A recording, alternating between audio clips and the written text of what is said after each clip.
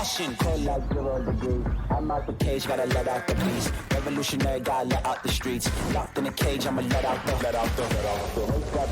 sheets. We came for one man, forget my peace. We take the west side, take on the east. I'ma put him in the cage, never let out the. I hear him chat to the noise, move too quick, can't stop for the talking.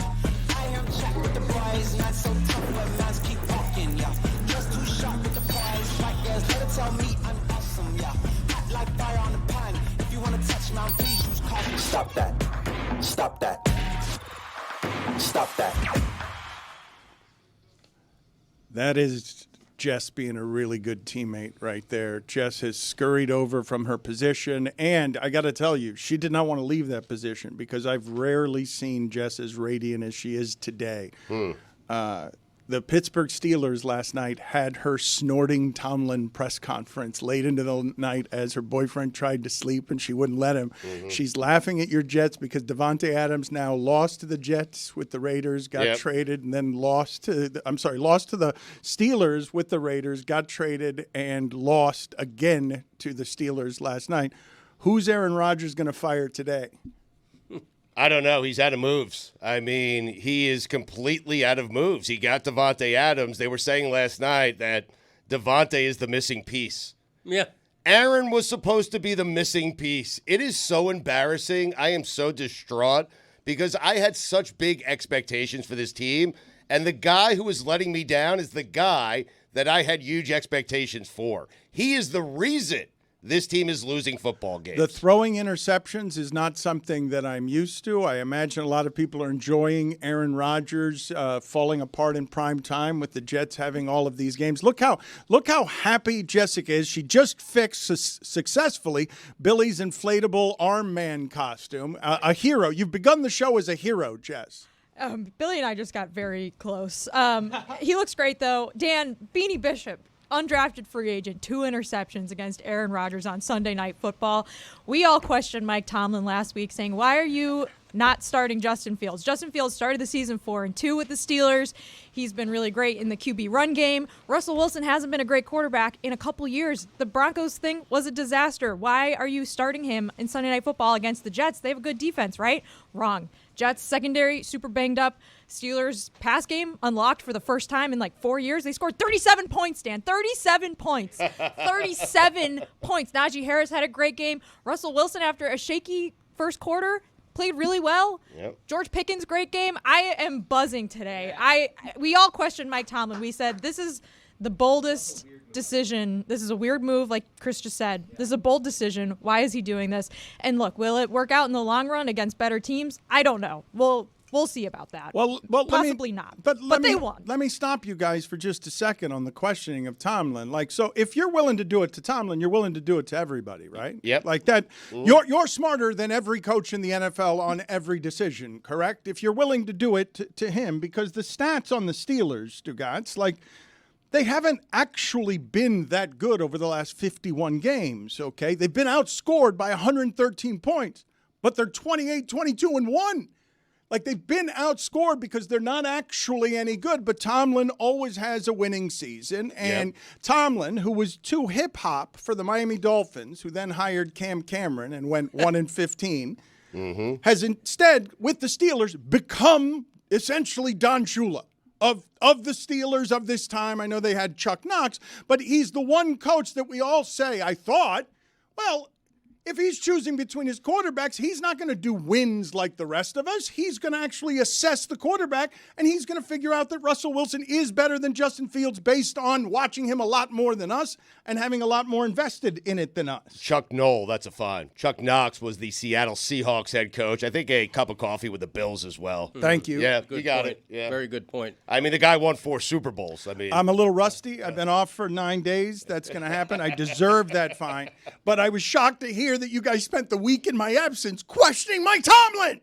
I was all Stugotz on the day I was off last week, to be fair. I did question him, but I also, at the same time, like, I watched all of the Steelers games leading up to this game. And I think a lot of people just looked at Justin Fields' stat line and looked at the win and loss record and said that he was having a good season. Like, I'm not going to pretend like he didn't have some really great moments, and especially earlier in the season had a couple really good games, but he didn't play well against the Raiders at all. And so I was not really that surprised about the decision, but I did question how much better do you think Russell Wilson can be? And it turns out in at least last night in the pass game, again, against a really depleted Jets secondary, he was a lot better, and that was a key to scoring 37 points for the first time in 4 years. In fairness to me, questioning Mike Tomlin was the second most ridiculous thing I said last week.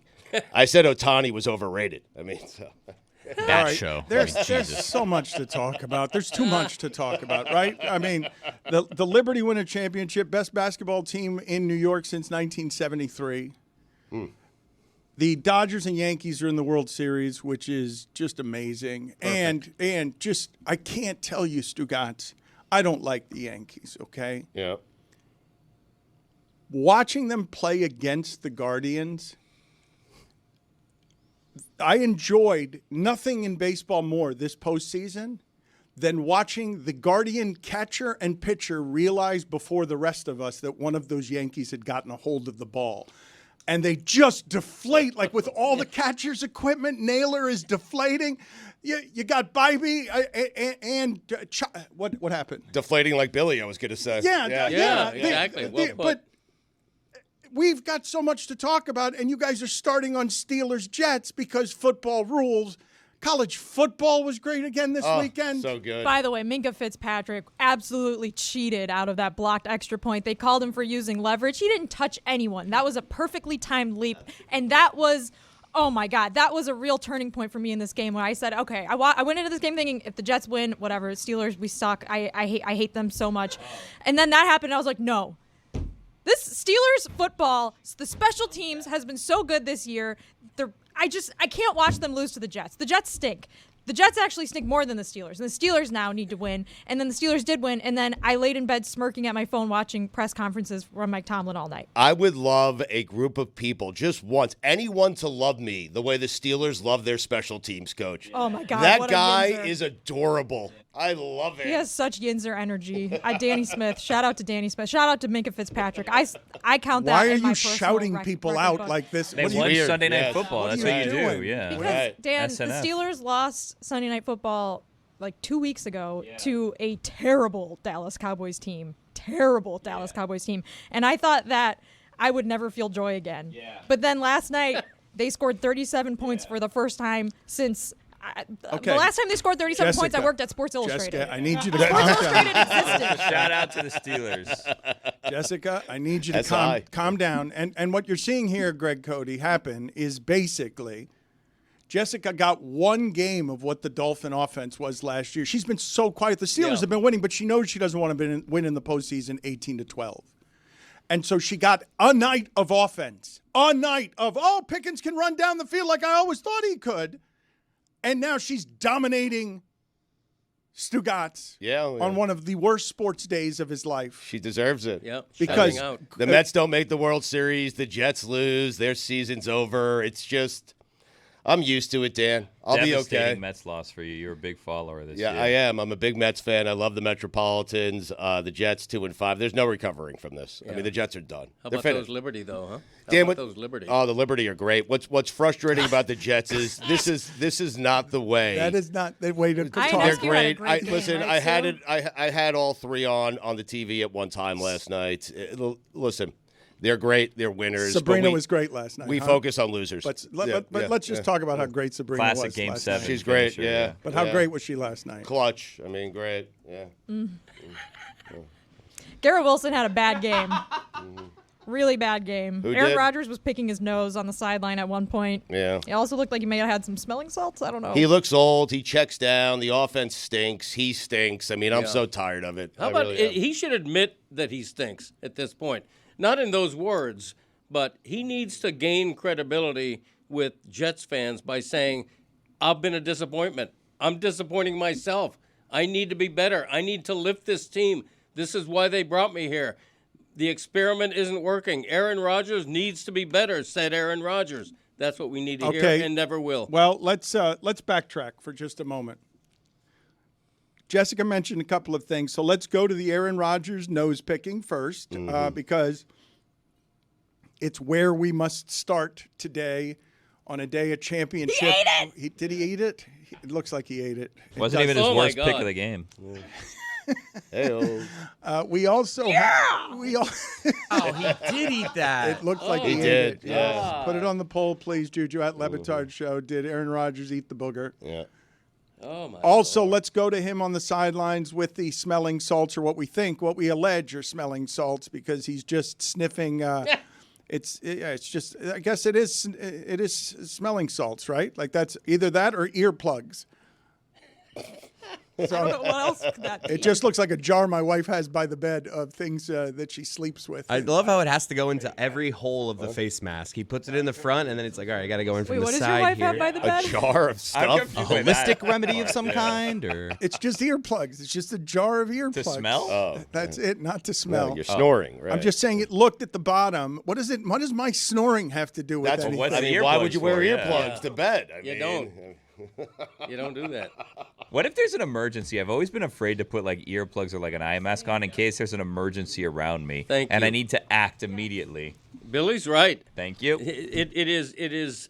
I almost said against the law. We're not there yet, but it is unwise on so many levels to wear earplugs at night. but like the eye mask, as if like you'd wake up and be like, oh, I hear something. There's trouble, but I can't take this eye mask off, Correct. so I can't help. Yes. No, Sorry, honey. You're on your own. I have an eye mask on. The earplug thing reminds me of my grandma who, well, when we're like sleeping in the same hotel room or something on vacation, she'll take out her hearing aids at night and she'll tell me like, if something happens, if someone breaks in, wake me up because I can't hear anything. And I'm like, Grandma, who is breaking into our hotel room? Like, we're in Charleston. And what's she going to do if someone breaks in? Like, is grandma? You don't wanna know. She knows mixed martial arts. Like, She will. My grandma is so loud that she has literally raised people from the dead. A guy at her church had a cardiac event once, and she screamed his name at him in his face so loud that his heart started working again. And then the paramedics came, and he ended up surviving. Jessica, holy So I think she would scream at them until they died. It's a miracle. I was about to make fun of you when you said literally raises people from the dead, but then you rose someone from the actual dead. And he was pissed too. He wanted to die. Really? He has not talked to her since. I mean, once you're dead, right? Just one miracle away from being a saint now. holy crap. Once you're dead, Stugotz, Do you want to come back? I mean, it's comfortable under the. put it on the poll at Le Batard Show. After you're dead, do you want to come back? I really don't understand what you're doing. Are you tired from God Bless Football? No, I'm not tired from God Bless. I'm just asking the question. Once you have died and you're taking the big nap, do you really want to come back from it? That's all. It's a good question. Yes. Is it though? I thought people were generally averse to death. I thought if there was ever a Nah. quote that we or a consensus we can find in the divisive landscape of America and talking sports, I thought people generally wanted to live. Not this guy. I think it depends. Well, he's a Jets fan and a Mets fan. That's Yeah. why he feels today I could use a big nap. like it would be better for the big nap. Greg, how do you feel about nose plugs when you sleep? I'm not in favor of any of that stuff. Really? No. I mean, what am I, a horse? You know, they do that to horses. They put blinders on a horse so that it's not distracted by what's over there. That's generally when they're on like a vehicle on the highway. Right. I know, but horses love to. When I To see a see, horse trailer, yeah. when I see a horse trailer, I look in all the time in case it's Calmly, my have racehorse. to, yeah. And it Just in never, case he's it- strolling by, right? It never is, by the way, because Calmly always runs in Europe. But whenever you look in a horse Well, Conley trailer, could be on vacation. the horses are ecstatic to be riding. no, in they're a- not. Yeah, they Yeah, are. they are. That's no the way you furthest can thing from the deter truth. They like to look love around. a horse trailer. Yeah, a good Sunday drive for a horse. The that's what horses they like. love going 80 miles an hour on a highway, They barely yeah. strapped in. They the back like of that having thing. the blinders off. Horses love peripheral vision, Yeah. and the problem is that's why they kind of put the blinders on, so they can't get distracted, so they can look straight and look at where they're going. Right, but ask any horse trainer, ask a horse, do you love a ride in a horse trailer? Unequivocally, the answer is yes. Nay. Jumpin' Charlie loves a ride. Really? When I take him in the car to the vet, It's the happiest 20 minutes of his life. Have you ever thought about putting blinders on Jumpin' Charlie, maybe to calm him down? I have not. He would go crazy. You know what I did the other Works day? for horses. When this thing is half empty Or half full. or half full, I bang it against my knee, and you get that little sound. That little sound that to a dog is like hugely loud, right? And the dog was going crazy. Erling made me stop doing that because the dog was just enchanted and angered by that sound, which I took as funny and will continue to do it when she's not around. Now imagine if he had earplugs in, Right. Wouldn't be able to hear the sound. Yeah, A disservice. No, I don't need my eyes covered when I sleep. I don't need earplugs, nose plugs, no kind of plug. Just butt your legs plugs. crossed. I don't need any of that. 12 stuff to beers. sleep. Yeah. Exactly. Well, that helps. That helps. It always does. Yeah, It does. My dog also gets very excited when I put the dog in the car. But once I get to the vet, the dog starts crying. They know. Oh, really? How Yeah, do they they know know. the shopping They center sense it, every yeah. time? Because they've been there before. It's the smell. They recognize the smells around horror and good things. No, but from the car they start barking. But yet somehow they don't recognize fireworks. They have an amazing sense of smell. They do. I need to stop Greg Cody for a moment, just because I don't think I've heard anything more outrageous in the history of this show than those horses like going 80 miles an hour on the highway. Yeah. There is no way that those horses are enjoying that. Well, do you like going 80 miles an hour? Seems, Well, how do you know? I mean, Billy, not helpful. Top down. Why wouldn't horses enjoy the same thing? Right. You have a convertible. I mean, drive some- fast. Feel yes, the wind yeah. in your hair, air in your hair. some animals, some people, they like motion, Dan. They do, especially fast motion. Horses They make do. a living running fast. Yes, Yeah. but Fact, Jack. Thoroughbreds. Make a living. Yeah, they make a living. And having sex. It's a very good living horses have. Yeah. People get on me about owning a racehorse. Oh, it's cruelty to animals. No, racehorses are cared for, unlike any other animal on the face of the earth. I think Dogs? I think even McGill would agree with that. Mm-hmm. Yeah. Although my dog, why that books? Who put these books up here? They're right in my face. What is that? Back in my day and the Pride of a Lion. Oh, my two books. I never even noticed. Couple of books, cutting it up. Yeah. Right, but they're right in my face. Back in my day, out October 29th, which I think is a week from tomorrow. I could be wrong. I don't have a calendar in front of me. But no, racehorses, the good racehorses, the well-kept racehorses are cared for like nobody's business. That's why I love going to Santa Anita. Well, let's don't get me started there. There's a lot of bad in horse racing, and the good trainers, the good owners are trying to clean up the sport. Oh, you're doing a lot, are you? Well, I'm a fractional owner. I mean, I have people. Couldn't be doing less. I have people in my purvey Right. who That who you are, trust, who are yes. taking care of business. Yeah. You've never met Calmly, huh? I have never met. Would Calmly. Calmly know you if you visited Calmly? I think there would be a little connection there. Yeah. Really? I'd pat him on the snout, give him a little. You thought about little this, bay, huh? which works for Bay, works for all animals, What not you have to just say. not just dogs. It's calming, bay.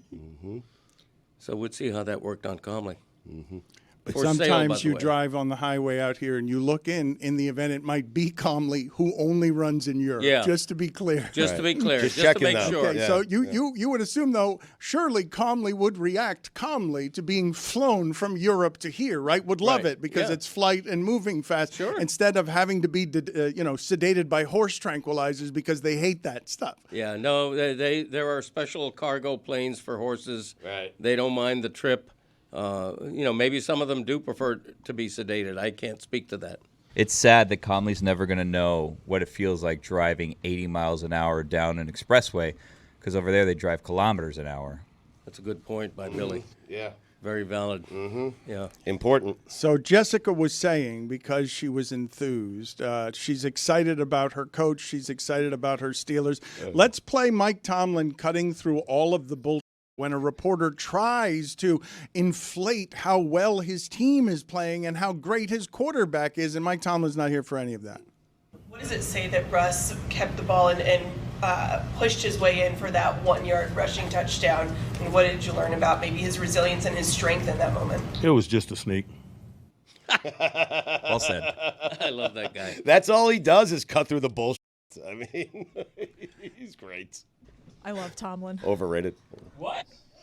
There it is. Stugotz.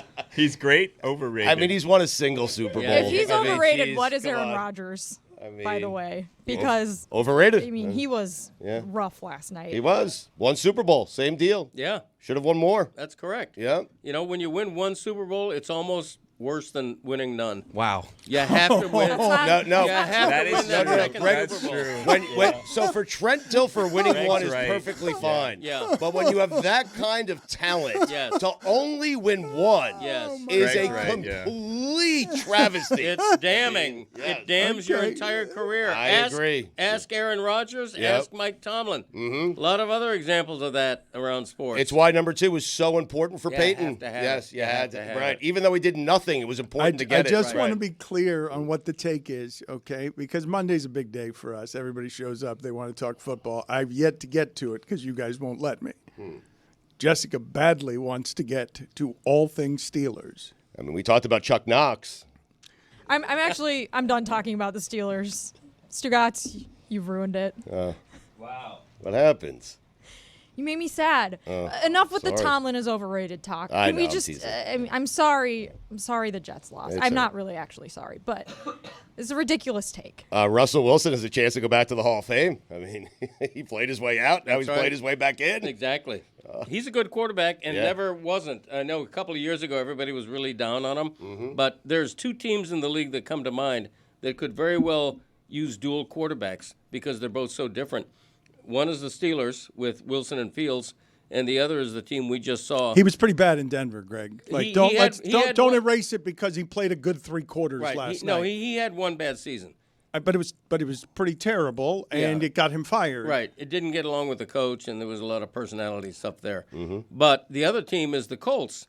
Joe Flacco, pretty good quarterback, best backup in the game. Only one Super Bowl. But Justin Fields is such a different quarterback than Flacco as Fields is from What is your take Wilson. that it is better to win no Super Bowls than one Super Bowl? Well, I use the word almost because obviously I'm exaggerating. But my point is, if you aspire to being an all-time great, as Aaron Rodgers does, one Super Bowl ain't going to cut it, okay? Yeah. When Aaron Rodgers retires in 2 right. years or whenever, Dan Marino's got none. I know Dan Marino has none. He and- would rather and have Dan Marino's career, is what he's saying. He's paid for it. Dan Marino's paid for it by having none. Aaron Rodgers will pay for it in legacy by having only one. He's right. Brett Favre is paying for it. He will be Yes. seen as underperforming. You think Aaron Rodgers' 1 is worse than Dan Marino's 0, just to be clear. Comparable.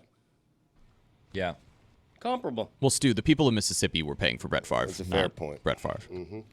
Put it on the poll, please, at Le Batard Show. Is Aaron Rodgers' 1 title less valuable than Dan Marino's 0 titles? Look at what that second second Super Bowl did for Peyton Manning.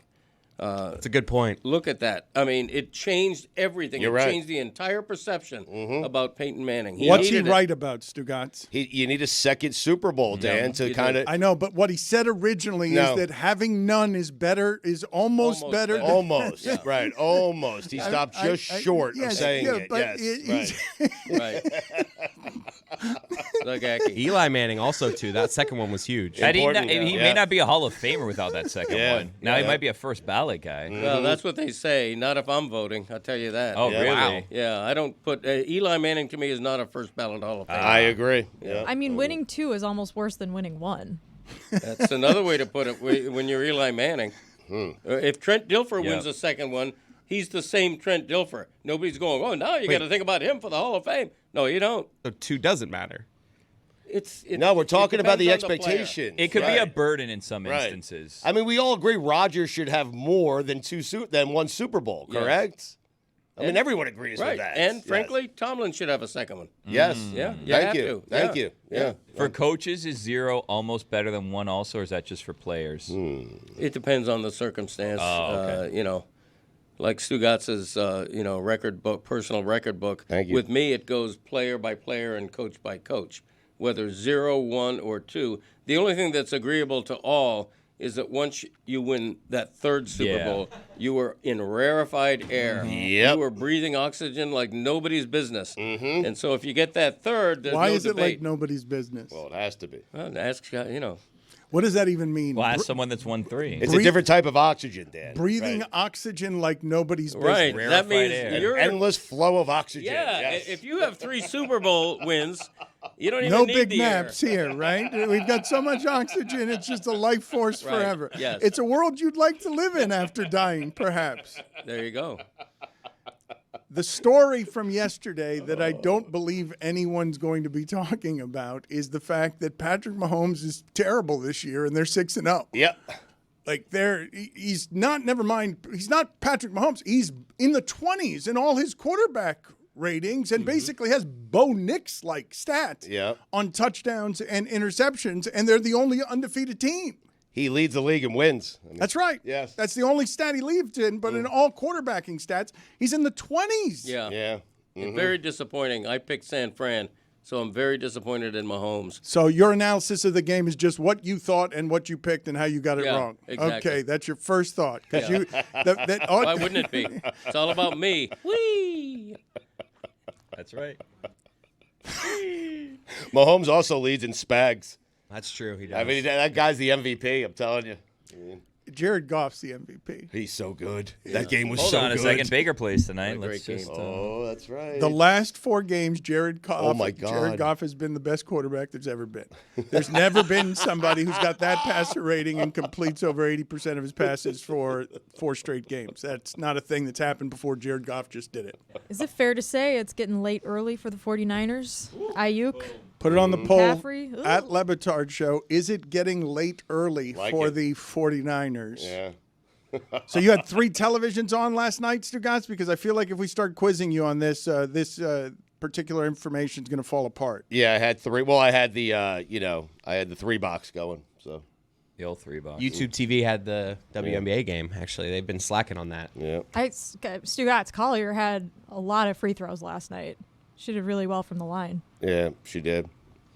It's a great game. I mean, they hoisted the trophy, and that's all that matters. Hoisting it. It's classic Game 7. I don't care how they got to winning the Game 7. I mean, I know Sabrina was terrible. Okay, Yeah, she was Game 5. She's the reason they lost the game. Game 5. Yeah, but they won. Game 5. But had they lost, she would have been the reason they lost the game. Is that fair? Felt like a game 7. Yeah. It did feel like Stewie. Game 7. Thank God the WNBA is going to a best of 7 in the finals next year, and that's been way a long time. It's about time. Yeah. This is that we found the sport that Stugotz can't fake his way through. He can do it on college basketball. He can do it on other sports, but I don't think that he can do it on this. Game 5s or Game 7s or last winner-take-all game stakes for both teams in basketball are usually pretty terrible.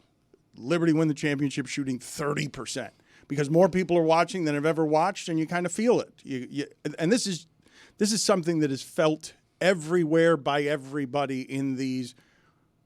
Both teams have their season ended by a loss. You rarely get a team shooting 55% and seeing a beautiful basketball game. It's usually a whole lot of tightness, a whole lot of missed shots. But again, it becomes about the officiating at the end because can we play this sound here of Cheryl Reeve? What happened? I'm just, it's terrible what she said. She's not even given the Liberty their moment, their first championship after losing 5 times in the final. She's not even giving them their moment.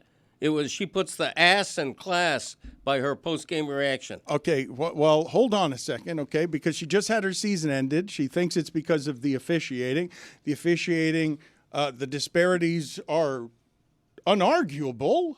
So after the game, usually they do, all of the coaches do what Stugotz does, or what Cody is suggesting here. At the end of losing a championship, try to show some grace. You rarely have a coach just say, that was stolen from us at the end. It's a shame that officiating, had such a hand in a series like this. Obviously, there's always going to be a team that's going to be a little more disappointed than the other. I thought today was incredibly disappointing. The challenge, we have got to change our challenge rules, and the officials doing the game should have a third party because that was not a foul. I know all the headlines will be Reeve cries foul. Bring it on, right? Bring it on, because this was stolen from us. Bring it on. Greg, did you think it was a foul on Alana Smith? No, I wasn't watching. I've seen the Attaboy. replay since. Yeah. I've seen the replay since. And whether it was a foul or not. Why couldn't you have just answered? I mean, whether you saw it or didn't see it. Appreciate the honesty, honestly. Because I'm a truthful guy. Yep. I have seen the replay a couple of times. I don't abide any coach. If an NBA coach says that, he's fined $100,000. I hope the WNBA She'll probably get fined. fines her a commensurate amount because you just don't do that. I don't care if the free throws are 45-13. I don't care if you dispute a particular play, a particular call like that. You have to have more grace in defeat than she showed. I mean, fair enough if you want to criticize her for taking this sort of tone during her post-game press conference, but Cheryl Reeve, I mean, she's a ultra competitor, and I think she feels sort of justifiably slighted by the officiating in this game. And it's not just this game. Like, the officiating in the WNBA as a whole is baffling from night to night a lot of the time. The officiating in game one, there were some really sketchy calls that kept the Liberty in the game late and took it to overtime. And I thought the Alana Smith foul was pretty egregious. There was also a missed travel call on Stewie late in the game that would have ended it. They reviewed the foul on Smith and said that they stuck with the call.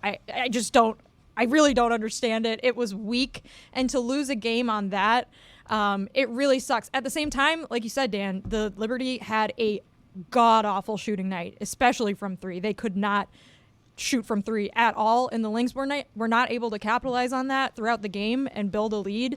They also didn't shoot very well.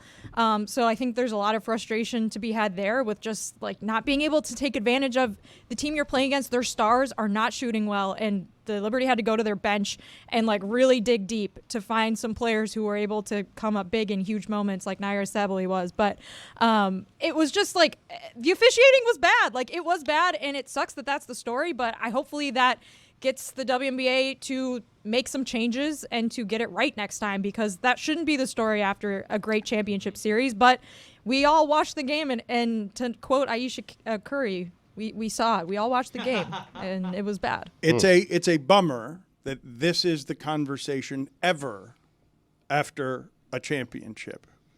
But to have a deciding game go into overtime, Stugotz, do you know how few of those we've gotten overtime? Where you're going into overtime, but unfortunately, and this is what I want to ask Greg Cody, the champion shot 30%. Which means if you held the champion to 30%, and the reason you think you lost that game is because of a free throw disparity that large, when that's the difference in your game, nobody's making shots, they're getting the free throws. What coach wouldn't lose their mind about that after a game? And if you cared the way she cares about this, as opposed to just tuning in for a couple of hours, one night of care because everybody else is watching, you'd be made insane by losing this publicly because the officiating can't get it right when you've gotten your job right, you've gotten your players to do their job right, and all you're asking is for the league to give you competence at officiating. Who wouldn't be as angry as she is there? I'd be angry because my team was 3 of 19 from 3. I'd be angry because my team scored 2 points in overtime. I know, but Stugotz, if you were like, let's make it both of you. Let's say you kept getting fouled and you lose, both of you. You're not complaining after the game. You're being classy in defeat, saying it's not about the officiating at all. The two of you are going to be accountable in that spot. I think you need to couch it under, first off, let me congratulate the New York Liberty, and then you can go into your rant. You have to do that on the front end. It's front end work, Dan. You have to. Right. Are you sure she didn't? I don't know. Not that I heard. Yeah. And by the way, for perspective, the Minnesota Lynx have won 4 WNBA championships this decade, or I think one of them may go back to 2009. Reeve says she lost this. She lost one in 2000. They lost one in 2016 this way too, right? Where she was complaining after the game about the officiating. Right. Yeah. So I think every coach in her spot would be disappointed by the way the game ended. I think 90% of coaches would be classier than to say what I'd be she super said. frustrated. I hate doing the like you're not being classy conversation after this. Like it just is like so. She's pissed. She wanted to win the game. She wanted to win her another championship. Yeah. Like you said, they've won 4 championships before, but I don't know what that has to do with this. Like, this was a game 5, and it came down to some really, really sketchy calls. Okay, but when she says what she says, and when you refer to sketchy calls, are you saying that the officials cheated to make New York win? What are you saying exactly? Because the officiating can miss calls in both directions. But to suggest that that was stolen from me, or whatever phrase she used. She was very clear in what it is she was saying and insinuating. That was insinuating. Right. They took it from us. No, she was talking about incompetence. She was asking for competence from the officials. And not even competence, consistency. Okay. If you're going to get it wrong both ways. And who says they didn't? But look at the free throw disparity. Did you not watch? That doesn't always indicate anything, the free throw disparity. How about the team that had more free throws was fouled more often? Is that a possibility? What were you saying after Saints-Rams when there was just a clearly terrible call that affected the game? I mean, I had the Rams winning, okay? so it didn't Are bother you okay? me. What happened? I'm there, struggling Chris? here. Wait, so Greg, from if deep. Greg had picked the Lynx last night, I think we're talking about this in a different way, is what I'm hearing. Yeah, he'd just be talking about his pick. That's right. I mean, we all have our perspective. I didn't have any money or particular interest in the game. I was rooting for the Liberty only because they'd been in the finals 5 times before and never won. Right. I was happy for them. I'm with you, Greg. And the season is longer than one game. The Liberty were the best team this whole season, and they deserved a championship based off of their full season of play. And I Right. don't want to take anything away from those players because despite the terrible shooting Take last something away night, from them. They played really great this season. However, the Lynx were the best challenge to the Liberty all season long. And the Lynx were really good at playing against the Liberty specifically in this season and especially in this playoff series. So I just think that she's totally entitled to her feelings about how this game ended, because if it happened to any of us that way, we would also be pissed off and not very happy about it. I think the common sense, the common courtesy in her position is to start off by congratulating the opponent and then say, having said that, I didn't like some of the officiating. But to say it the way she does, they stole it from us, that's too much. Now, if the Liberty don't go on to repeat or win another one in the next, 3 to 5 years, was it worth winning this one?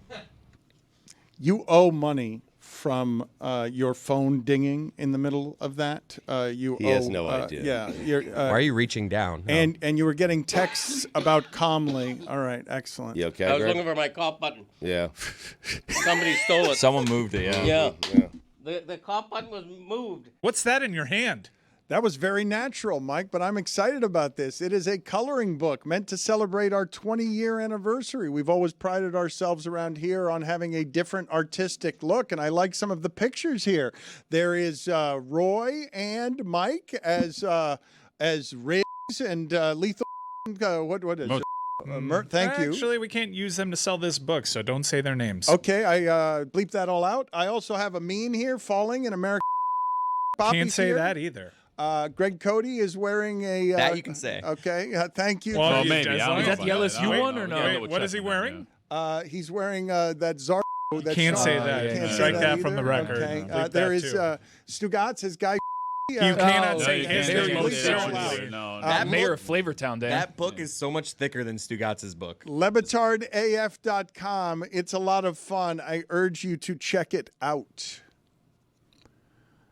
This is getting a bit shameless around here in terms of sales as we're trying to bring back the library. We're trying to bring back the written word or the colored word in a book that is thick that we are selling along with Greg Cody's other books.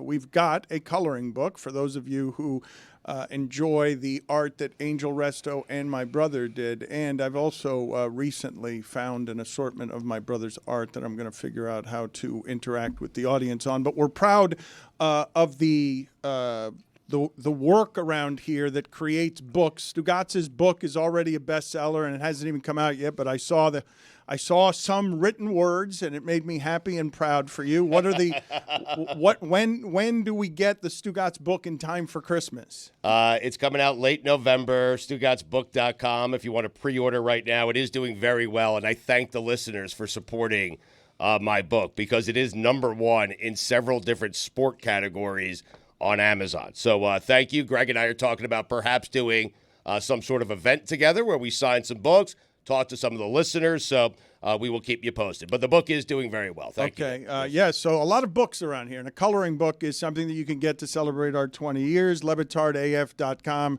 is where you can go. I have not gotten yet to the Dolphins game yesterday because there were 2 games yesterday. Jags-Pats, out of my life forever. And while we're at it, Thursday, Saints-Broncos, out of my life. Don't – look, man, time is short. Yeah. Time is short before the big nap. Mm-hmm. Stop with said. Broncos Saints on Thursday night. No, get that out of my life where I already have to deal with your second-string quarterback and it's week 6. No. Yeah. Half the league is bad and half the guys are playing quarterbacks who don't know how to play quarterback. But Bo Nix. So if you died, but then you came back, but then if you came back, you only could watch those 2 football games for the rest of your life, would you want to come back? The big nap. Yep. I might want to stay in the big nap if what I got was Jags, Pats, Saints, Broncos, or, I'm sorry to say this, Dolphins, Colts. Out of my life. Yeah, you got that right. Just get out. I know now the Dolphin fans are begging for Tua to come back. This poor guy. Begging this poor guy to please come back and save our season. Look, what's happening with the Jets. The Bills look shaky for a half, and we believe we're going to send you into the second half of the season concussed because we're desperate. Because look at what Waddle and Hill looked like when Tua's not their quarterback. Are you kidding me? What was it, 3 touches? Yeah. 3 touches, 4 targets for Hill and Waddle? Two catches for 19 yards. How? How does that happen? How can you not scheme up something other than that? The Dolphins fail at the end of the game. You're up at the half. You give the ball to your fullback. He's carried 6 times all season. He fumbles. On 4th and 1 and on 3rd and 2, you're not running the ball. You got Armstead back. All you need to beat an Anthony Richardson, who's not very good. What was he, 10 for 24? And he's going to get injured again before the end of the season because he likes to run at cornerbacks. Yeah. Losing that game, and now rushing Tua back in a panic because you think that it'll save your season? Rushing back seems I don't know if they're rushing him back. They said he was coming back. It's been like 5 or 6 weeks. Yes. Well, he's practicing this week. Why was he wearing sunglasses inside when you're planning on coming back? Even if you got a headache, the optics. Right. The optics. Mm-hmm. No sunglasses inside. Yeah, I disagree. He's Joe Cool. That's who they need him to be. They need Joe Cool to come back and play quarterback. And by the way, when Tua's back, you're not going to have that problem with not finding Tyreek Hill. They didn't trust Huntley, and certainly didn't trust Boyle to throw deep to these guys. Well, who would trust Boyle? Honestly. Let's talk about this. Why for is a Boyle second. in the NFL? Stugotz, Boyle is now. Boyle's teams are. Jeremy, look this up for me, please. When Boyle plays, you have to have this Boyle removed. Mm-hmm. When Boyle plays and throws a pass, his teams are 0-10 in the NFL. Yep. Bringing Boyle into that game and bringing Boyle, yo-yoing him back and forth as the backup quarterback on that team. When Jeremy, what I want you to look up for me is Boyle in college and Boyle in high school, because I'm pretty sure Boyle has never been a good quarterback at any level, and he has failed his way up into professional football because there are like 12 people on earth who can play this position. At UConn, he had 1 touchdown and 13 interceptions. Yeah. In fairness to the Dolphins, Skylar Thompson looked like he was going to be available most of the week. He was listed as questionable, and then in the last day they deemed him to be out. So Skylar Thompson is very close to coming back as the backup. Greg, I can't believe I'm saying this, but if Huntley stays in that game, I think the Dolphins probably win that game. Is that fair? I think they lost because of those 2 fumbles were just beyond crucial. Those 2 fumbles were What happened critical. there? I didn't hear that back there. What happened? Greg was saying something. Greg was talking. ¿Qué pasó? ¿Qué dijiste? Greg was saying No, something, yo I oí think. algo. ¿Qué dijiste? I think Greg was saying something. I heard something. Did Jason Sanders? Did something happen? Did you bring up Jason Sanders today on Monday? I mean, you brought him up. That guy. That guy, exactly. He Thank you, Greg. doinked one and boink. I like boink. Yeah, boink. Instead of doink. Yeah. Personally. I know there's controversy there. I like doink. Boink is what we say when you say Chris's 2nd grade teacher was hot. Hey. Okay, I'm a boink. I'm a boink. No, You're a boinker? Yeah, I boink. Guy. Yeah. I don't Boink and doink. I doink are boink. different things. They're different things. I boink. I don't doink. Oh, Right. But here's what I'm going to Wait a say. minute. That's right. Okay, Mike McDaniel had the exact kind of game he wanted in Indianapolis. They played pretty good defense. They rushed for almost 200 yards. They absolutely would have won that game if they didn't self-destruct with 2 extremely costly lost fumbles, with a boink on a makeable field goal, with not going to Tyreek Hill and Jalen Waddle early enough or often enough. There's just so much that they shot themselves in the foot. The penalties continue hurtful, 6 more for 50 yards. It's just a sloppy team that has – the problem with the Dolphins right now with Tua out is they have 0 margin of error. They have to do everything right, including not turn the ball over, to have a chance to beat even an average Colts team. Well, that's why the boink is so bad, right? Because the boink then not only costs you a 13-13 game, it costs you a chance at a 16-16 game, right? So then you have to rely on Tim Boyle to lead you down the field for a game-winning drive where he, for whatever reason, decides to check down for a -1 yard gain Because he's Tim when Boyle. time is running out and basically cost the team the game. Then sail one almost into the stands on 4th down, which was crazy. Tim Boyle in his career at UConn had 1 touchdown pass and he had 2 tackles. Okay, He had so- more tackles. All right, yeah, because he Off of threw those interception. Play linebacker. interceptions. Yeah. He had 2 of the tackles. Hold on, did you guys see this weekend? Was I it- want to offer to help Jason Sanders move. I don't want to actually do it, and I Billy. feel Right. like things would be frosty if I did that. But like, I feel like, look, guys, this isn't working out. We can agree on this, right? Like, this situation is not panning out. But let's not end on bad terms. Let's not just say, hey, get out of town. Like, let's help, right? Can we do that? Can we put up a QR code? Maybe we can do something. We scan the QR code and we can Billy, volunteer this is maybe dangerous. in shifts to This help. is look. We're being made crazy in South Florida because Giancarlo. I got it Stanton together. let- I don't no, know you what don't have you're it. talking No. about. I'm thinking straight today. You're not thinking straight when you're coming very close to doing what it is that Lions fans did to Dan Campbell because he lost 1 game and they showed up at his house and he says, I got to move. You're offering to move Jason To Sanders. help. Should he not be on the team anymore? We don't want to put him in a bad position where he has to like, oh, how do I that'd be horrible. You got to think ahead. Yeah. So we're trying to find solutions. We're a solution-oriented situation here. You're this mad? You think it's their kicker? They go into the game. They've got Hill and Waddle, and all they want to do is run the ball. They also had OBJ yesterday. 2 targets. Okay. No catches. And Tua's going to come back. You say rush. You say I shouldn't have used the word rush back, but I do want to discuss with you guys as we head into it because it is fast how quickly we lose perspective around here. Okay, you get 3 games of Boyle, and Ooh, was that me? Is that Dan's? Definitely not Dan. You know, we're taking care of business here. Yeah. TCB. Okay, $3. The thing is off $3. now. The volume is off. $3. Okay, I'm getting it. Just go about your show. Yeah. And at some no, point You'll just, find it. No, Right. just please get the money now. If Fine. you're going to get in the way of the show It is a that fine. aggressively, then yes, pay the fine. See, Tua has its second arm sleeve now when he comes back. This is a different Tua, I guys. want to talk to you guys. It's not your about mama's this, Tua. because I know everyone's got opinions here. I know Chris and Greg, a family of homers, descendant from homers. Greg Cody is still here to tell you that this Dolphin season has hope because the schedule's not that tough. And while you guys objected to me saying rushing Tua back because it hasn't been rushed back, but we're all in agreement that if there's another concussion this season, everyone's going to be howling for him to retire.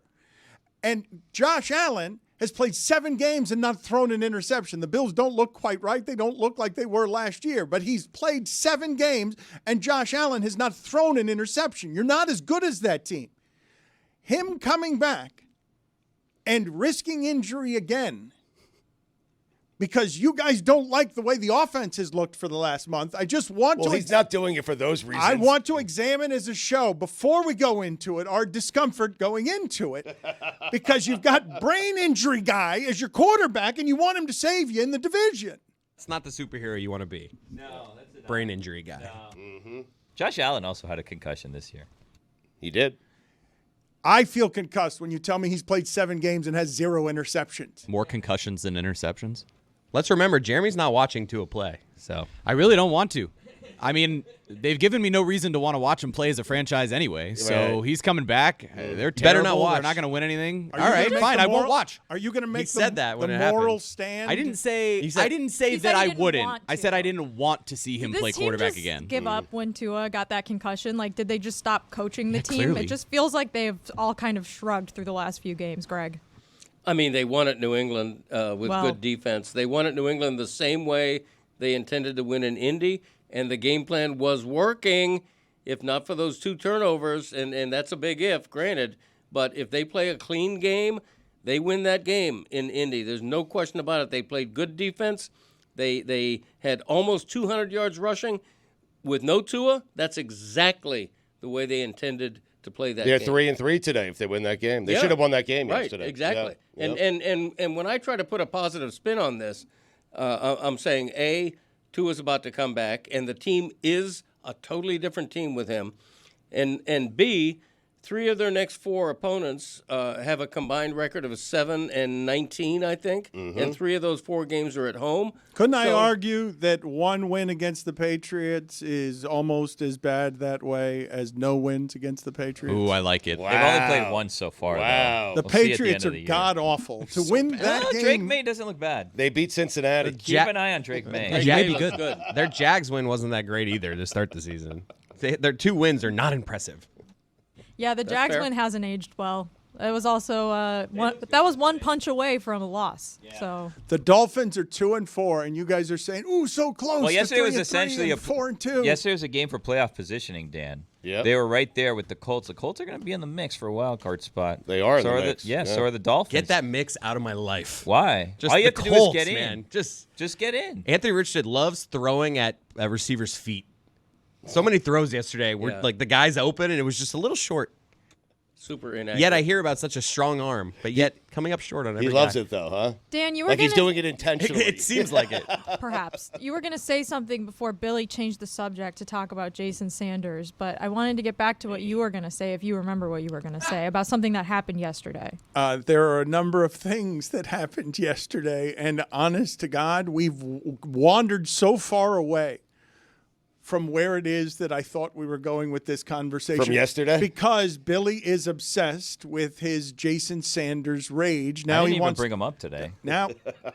now he wants to raise money to help him move. No, not raise money. Raise, hands. It's a good cause. Raise awareness. No, yeah, I'm like- busy. I can't make it, but it's a good cause. Come on. That's the thing is that you see, so you guys are criticizing me for what I'm saying, but I'm willing to maybe go help. Chris is not even willing to help. So I'm just busy that day. well, you don't even know the day yet. My point Hopefully on it's this Tua, week. and thank you, Jessica, for trying to aid me here, is I don't know how Billy and Chris really feel, but I want voices right now on the record. As Jeremy's like, I'm making the moral stand. I do not believe in concussions. I don't care about this season or this team enough to watch the rest of this when he rushes back. He's going to be booed off the bandwagon in 3 weeks if Tua comes back and all of a sudden Hill's going for $160 again. Because Dolphin fans in this season of hope have gotten the thing that they're mad about yesterday. I mean, yes, of course, almost at Indy. Congratulations. Playoff game. You almost won at Indy. 4-3. I think Dolphin fans are doing this. Oh, we could have gotten it to Tua with a 500 record. And then we have hope about offense again, even though the offense didn't look good with Tua either the first 2 games of the season. They kind of need Armstead. He's important.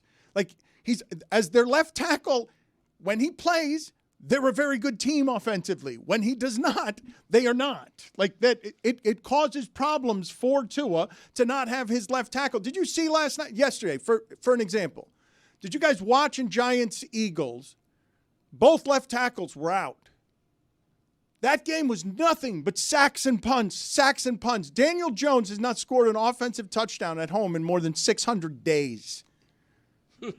He went backwards all game because when you're losing your left tackle, all of a sudden it can short circuit any number of offenses. But my question to Chris and Billy and Greg, as people who care about Tua, allegedly, my question is legitimate. For this season, really? Because I know you're in the Tyreek Hill window, but does it give you any discomfort at all to say, hey, brain injury guy, if you get another one, I'm probably going to say retire on the spot. Because you guys have already said that. You guys have already said that his next concussion, if it looks like the last two, you're going to urge him to retire. But that's unfair what you're doing to them. This is a decision that Tua is making, and ultimately doctors are clearing him to play. They're just fans. Like, that's it. They're fans who are going to root for their quarterback and their team when their quarterback comes back and makes their team better. I mean, Tua's deciding this, not Greg Cody. Right. And the only thing I've written is that I predict that the next concussion will end his career. I hope it doesn't. The decision may not even be his at that point. But for now, it's his body, it's his brain, it's his career, it's his team of doctors advising him. While the team, by the way, while Mike McDaniel stands back and doesn't involve himself in the hurrying at all, when Tua and his doctors feel like he's ready to give it another shot, I'm all for it. Dolphin fans should be all for it. You say this season, Dan, they're a game out of the playoffs. Yep. I mean, with the more teams making the playoffs, everyone's still in the hunt. Yes. Like my dad said, they have a weaker schedule coming up. This is all I'm saying to you guys. Bad okay? division. And You want us to not be excited to his coming back? no, you're just 2-4 is all. And the idea of being excited about this Dolphin season seems far-fetched when you're like, they're only a game out, but you know they're not as good as the Bills. The Bills did this to the Dolphin season. They came in here, ransacked your team, and knocked you out of the race 2 games into the season. But when their guy, who was dead recently, knocked out your guy, who was already having a bad game because he was desperate trying to get to 10 points and had thrown a couple of interceptions. You know the Bills are better than you. You know their quarterback has played 7 games, doesn't seem to get injured like that, and has thrown no interceptions. To believe in the illusion of 2-4 because you've limped to this and think you're close to the Bills when you're not, it doesn't have any perspective in it. There's 4 teams that they're not close to, but the rest of the teams in the conference, with Tua healthy, they're right there with those teams. I know, but that's not a real... So not make the playoffs? So if you can't be a top seed, you're saying just tank? Let me do it Why another way. play the rest of the season? I mean, it's over. Let me do it another way then. You guys tell me if you think I have it wrong. Because, yes, I would say, in about all but 10 cities, don't play the rest of the season. I would say that. Like Cleveland, you don't want that whole situation that happened on Sunday? Just don't play the rest of the season. Let everybody go home. Your season's finished. All but 10 of the teams, right? 12 of the teams. Please no more Jets. Please no more Jets. Everybody gets in the playoffs. Basically, what you're telling me is everyone's bad. You're telling me, yeah, I think the Bengals are still in the hunt. Yeah, because... Well, they are. Yeah, no, of course they are. They can win the Super Bowl. No, because everyone is. However, this is what I would say to you, and I believe the audience would say I'm right. Sam Bradford could have won yesterday, gone 17-0. I still expect him to lose in the playoffs at home after the bye week. Even if they go uninjured and you tell me Brian Flores is the greatest and I can't believe how great Justin Jefferson is, I will never believe in the Vikings. Sam Darnold. You said Sam Bradford. Oh, I'm sorry. Sam Yeah, Darnold. it's a fun. Yeah, that Sam is Bradford was a number 1 overall pick. That He would've played been for the wild. St. Louis My bad. Rams. I in the feel Man, I like- wish he was still here. Given the right opportunity, I Yeah. feel like Bradford still has a game in him. I'm not Yeah, he certain. does. He was a bust. I mean, Better than Before Tim. his time. big Better time than Boyle. bust. We'd all Exactly agree. right. Better than Well, Boyle. definitely. Boyle. Everyone's better Oh. than Boyle. I mean, Bradford could have been 2 with Mike McDaniel, right? Are you with me on this, what I'm saying overall, on what your assessments are of the teams? I agree they're not that close, Dan. But I'm also let's try to make some noise. no, Like, but Tua makes them closer, brings them Yes, he closer, does. brings the Dolphins closer. It absolutely does. Yeah, It's just so desperate. Well, No, yeah. Look, if Tua, It's pathetically desperate. if Tua comes back and stays healthy, they have every right to expect to finish 9-8 and maybe be a wild card team. I don't think there's any shame in that. There's no harm in it. They should be going for that. There is harm in it. It's his brain. Let's make a deal. If the Dolphins get Tua back, they make a playoff run, they win a game, they win the Super Bowl, we're all allowed to celebrate except for Dan. Correct. Is that a That's fair deal? Yeah, that's fair. Yes, Okay. of Are you course. willing to take that Yes, risk, Dan? of course. Yes. This is not a Done. Super Bowl season. Well, you never know. That's what right. people were saying about the Chiefs last year. Yeah. Yep. Well, Dr. Le Batard over here knows more than the neurologists who are treating Oh, Tua. no. I just think you guys rationalize away some stuff here. Like Tua wants to get on the field. The big business of football wants to get him back on the field. And the doctors will study this imperfect thing as much as they can. But we've diagnosed this with our eyes. Like, he's got something happening that we have diagnosed as a worse concussion problem, a worse brain problem than other people. In this case, I do believe many people just listening to this are saying, yes, I know as much as the doctors here, which isn't very much about what the damage of all this is. You're picking and choosing, though. Devon Achane just got back from a head injury. We're fine with him playing yesterday. Like, it's just like, I get it. Tua's had a few of them, but there's Josh Allen had one a couple weeks ago. We're okay with him playing. Well, what Dan is saying is Tua seems to be more at risk than any other player. Well, no, Chris Olave has had a ton of concussions, and no one talks about it because he's not a quarterback, and it's not happening on primetime games. Okay, that's totally fair. But Dan, he is deciding to come back. Like, you can't pin it on the fans for cheering for him when he decides to come back. Should we boo him? Like, he comes back, we're like, boo! Didn't You work shouldn't be yesterday. playing. Get out of here. You can question whether or not he should come back. I mean, there are certainly arguments on both sides of that, but you can't get mad at fans for cheering when he decides to come back. It's just an interesting distinction that Greg is making on the next one being a real a real moment. That's Whereas my concern. The previous Dad, one, he said that about the next one, which then happened against the Bills. Dad, you wrote an and the one article. before that. You wrote an article saying, "Hey, stop telling Tua to retire." But now you're like, "But if he gets another one, he needs to retire." It's like, no. What do you mean no? What I wrote was, I fear that the next concussion will end his career. It's not what I'm hoping happens. No, you wrote a column telling people to stop retiring for Tua. Yeah, that it's the same thing I've been saying right now, that it's not our decision. Unless he has another one, then it's yours. No, Why it wasn't isn't. the last No, you're one putting the words in my What mouth. he's saying is if there's another one, they're going to force him to retire against his will, and that's what he's concerned about. That's my concern is that either Tua is going to see that he needs to retire or the doctors will see it for him if he has one more concussion. That's just my presumption. I hope I'm wrong, and I may not be right. Well, you might want to be right. If he has another concussion, we might hope that you're right, that they just, take him away from here.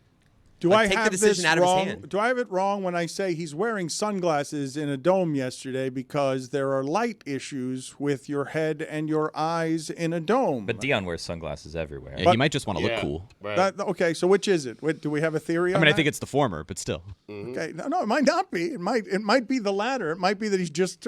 Did he look cool on the Joe sidelines? Cool. Yeah, he looked cool. He looks did. very cool whenever they score 10 points and have 3 targets to Waddle and Hill. That makes him cooler. I'll tell you what, lighting in domes is a tricky game, a dangerous game. You just never know until you step into the dome. That's you not. don't. Yeah. No. No, I'm telling you. I mean, indoor facilities, you never know. Like, Look, we go Billy, to Northwestern. Look at how Billy's dressed, and even he can't go Who with is you it on that this. never knows? I got to tell you, I go to Northwestern to watch lacrosse games, and their indoor facility is very, very bright. And Yes. there are times where I want to wear sunglasses. Like this place. Yeah. I mean, I need sunglasses Yep. right now. It's so bright in There here. you go. This whole thing is him. just a disaster. Greg should retire. He's wearing It's sunglasses terrible inside. to talk about. It's terrible to experience. I feel bad for Tua. Tua's looked great, by the way, these past couple weeks, I will say. Yeah. No one has looked. In what Best way? he's ever looked. Like, I would probably give him How the he's- MVP of the NFL based on how the Dolphins have played without him. Like he's dressing well, or like. No, like he's looked like one of the greatest quarterbacks in the history of the game because of how bad the Dolphins You have mean looked his without him. absence has made him, Yeah. in hindsight, And look it like made a the better heart grow quarterback. fonder. Yeah. Looks healthy. I thought you meant Looks like healthy, his robust. sunglasses were really cool. No. Like he's looked really happy and healthy on the He sideline. does look happy. That You too. see He pictures of him, does. like I think I saw him playing ping pong or something.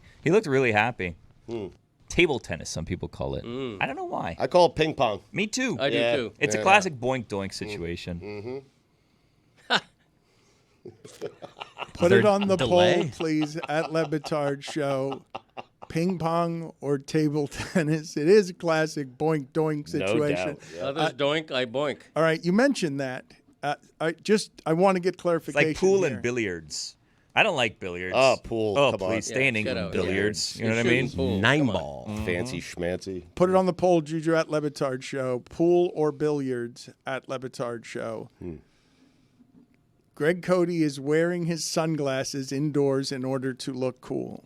He does. I have to. The lighting in here. Yep. It reminds me of being in a dome stadium. You never know until you get inside the dome. All right. I understand what you guys are saying, that we let the doctors decide. I'm simply bringing up again for your perusal and observation when none of the quarterbacks in the league could stay healthy. And I'm looking yesterday and I'm like, Mariota, a commander. All right. He's back. All right. Yeah. None of the quarterbacks can stay healthy. We are not halfway through the season. All the teams are bad. The Dolphins, you're sitting here telling me at 2-4, we got a maybe, because everyone who's injured is saying, we got a maybe.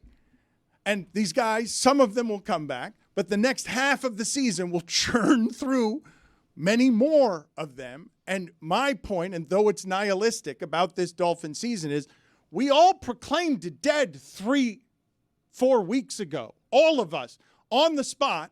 They lose at home to Tennessee.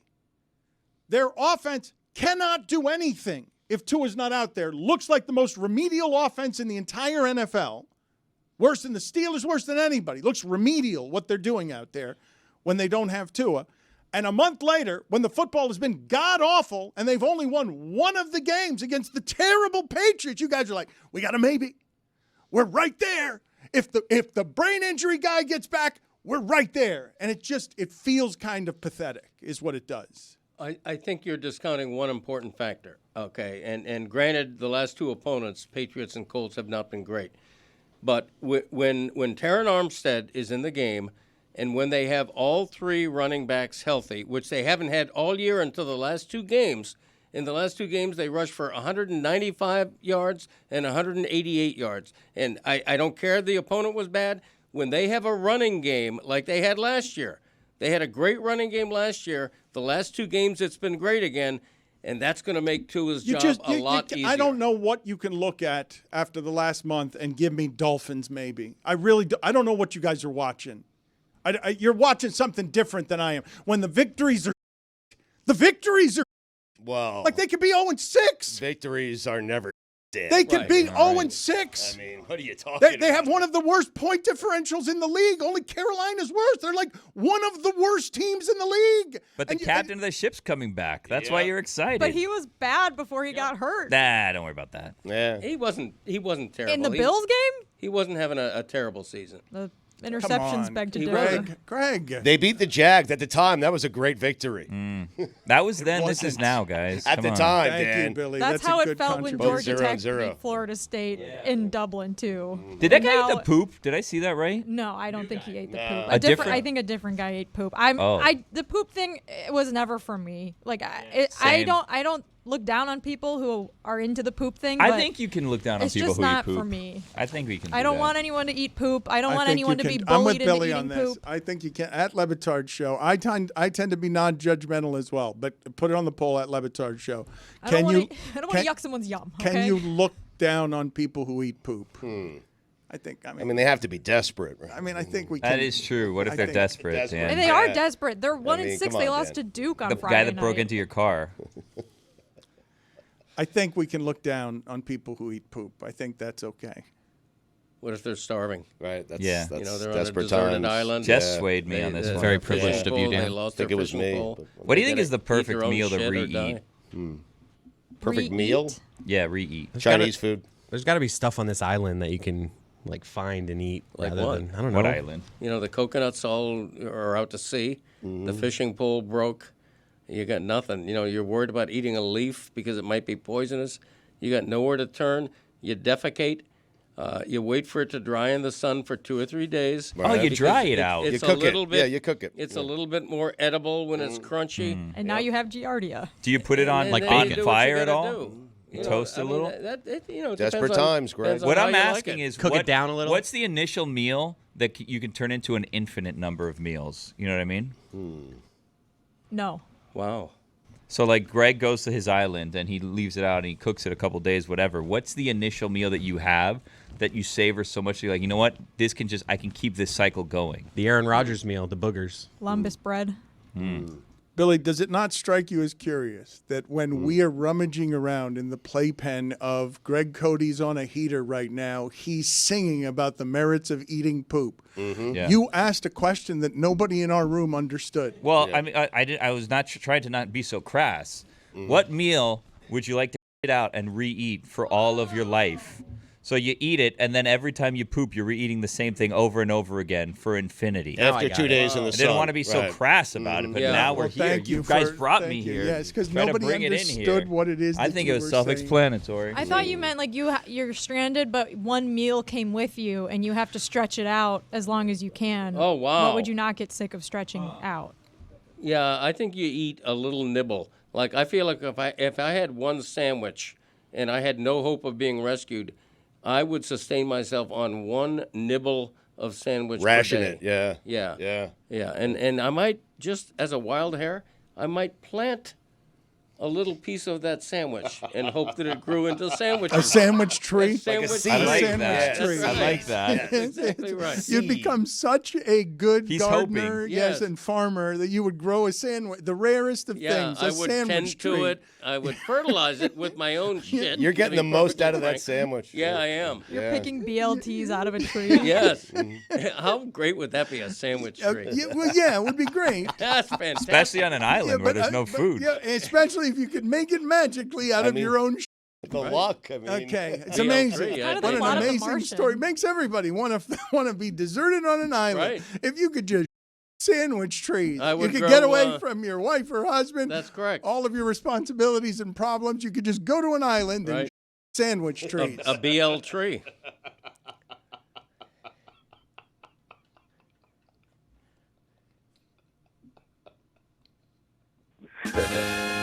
Wow. Two sounds. Belated. Wow. Amazing. Belated. Wow. Jessica, you were saying of Drake May. I was saying of Drake May, he had a very funny answer to a question in a press conference in London this week that I would like us to listen to. And it was very amusing. Here it is. Hi, Drake. We've already asked your head coach, but we're looking for great ambassadors, and what better than yourself for the Patriots. There are a lot of fans here in the UK who are yet to have an NFL team that they support and devote their lives to. What is your message for those new fans? Why should they be supporting the Patriots? First off, I think it comes in the team name, New England. I think it's easy for, UK fans to, be attracted to that. He ain't wrong. You can't send that over there and expect those people to keep loving that thing. You can't do that. They've been sending the Jags forever. I know. Yeah, you can't sure stop doing that to London, man. I don't get what's wrong with what he said. Am I wrong that none of you got up in the morning and were upset in any way that you'd forgotten that Jags Patriots was on at 9:30 in the morning? It was the rare I was happy I forgot. It was like 10:15. I'm like, oh, good. I missed the first quarter. Mm-hmm. I knew it was on, and I turned on Rings of Power Season 1 to start my rewatch. So Wow. My life is so sad that I had to wake up early because I have 3 players from that game on my fantasy team. So I had to wake myself up while on vacation to make sure I was awake to check the inactives. And I'm a Dolphins fan, too. My Sundays are not fun. Well, you're not anymore, because if I'm not allowed to celebrate any Dolphin success, neither All right. are you. All Because, right, that's fine. Because you took the moral It's not gonna stand. happen. You're taking the moral stand. He's going to watch. Get out of here. I mean, I'm not buying it. I mean, I'm just like, how are you going to prove to us that you're not watching the Dolphins? I'll send pictures of every other game I'd rather watch instead. Yeah. It's I mean, why would I watch them? They've given me nothing but disappointment my entire life. Right. Even when Tua's there. You know what kind of special hell it is to be a Dolphins fan and be asking maybe Ryan Tannehill's good, and now it's maybe my quarterback that I think is maybe good can maybe not die on the field? You don't know disappointment, okay? Disappointment is being a Jets fan. That is what disappointment is all. You are not qualified to talk about disappointment. No, because at least you've You had are not- expectations Stop to be talking about it. disappointed with. We've been mediocre my whole life. I'd love to have expectations. You're not allowed to talk about it. Okay. Let me give you the definition of a completely unhinged sports fan, okay? You're acting like the Dolphins have never been any good. At this time last year, they had just scored 70 points in a game. Boom. Tua was having a Pro Bowl season. They were the darling of the entire league. Tyreek Hill was going for 2,000 yards receiving. Whatever happened? They weren't bad last year. They were pretty good last year. Okay? What did happen, Greg? What was the result? I mean, they lost in the playoffs. Right. Yeah. But they were the talk of the NFL. Absolutely they were. That was the most entertaining season of my life. Thank you. Okay, now Right. now everybody forgets And they were that. not good. You can't talk about it. Okay. I'm just trying to tell you. They didn't win a playoff game. It created a delusional hope. Now you guys are mad that the delusional hope is going to result in you're 2-4, and whether you use the verb rushing on Tua or not, your savior, we're diagnosing him with mushy brain. Like that's a thing we're doing. I don't think that's what it's called. That's not what it's called That'd be professionally, odd, right? empirically, not by the medical staff. Mushy But brain. that is what our analysis is as sports doctors on television. Hey, Dan, it's me, Lucy, and we're here. Sorry, Lucy, I'm doing your job. So this is the Dan Le Batard Show. Lucy's on vacation right now. It's your boy here, Clifford Taylor, you know what I'm saying? I would say go Vols, but nah.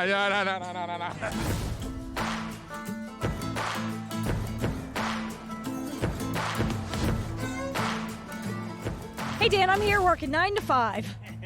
So this here behind us is Vol Navy. All they're doing is tailgating on a boat, and it rules. It's right near the stadium. There's like not a better spot to tailgate.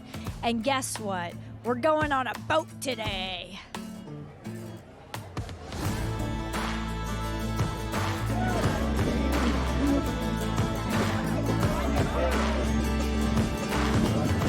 We dedicated the Allman Brothers to Dan Le Batard because I watched his show.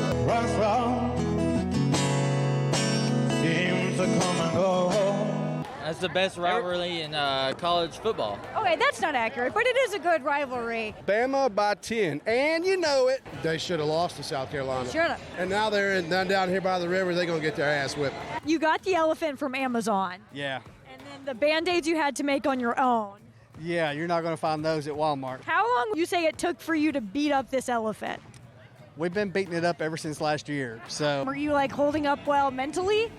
Oh, yeah. It's not a life or death for me, but it's fun. Not a real one. Should be life or death. It's college football. You should have started crying and sobbing and saying, I don't know, life without Nick Saban is wrong. We don't give a damn about Wholesale, Alabama, because we're from Tennessee. You're in the greatest college sports city in all of America.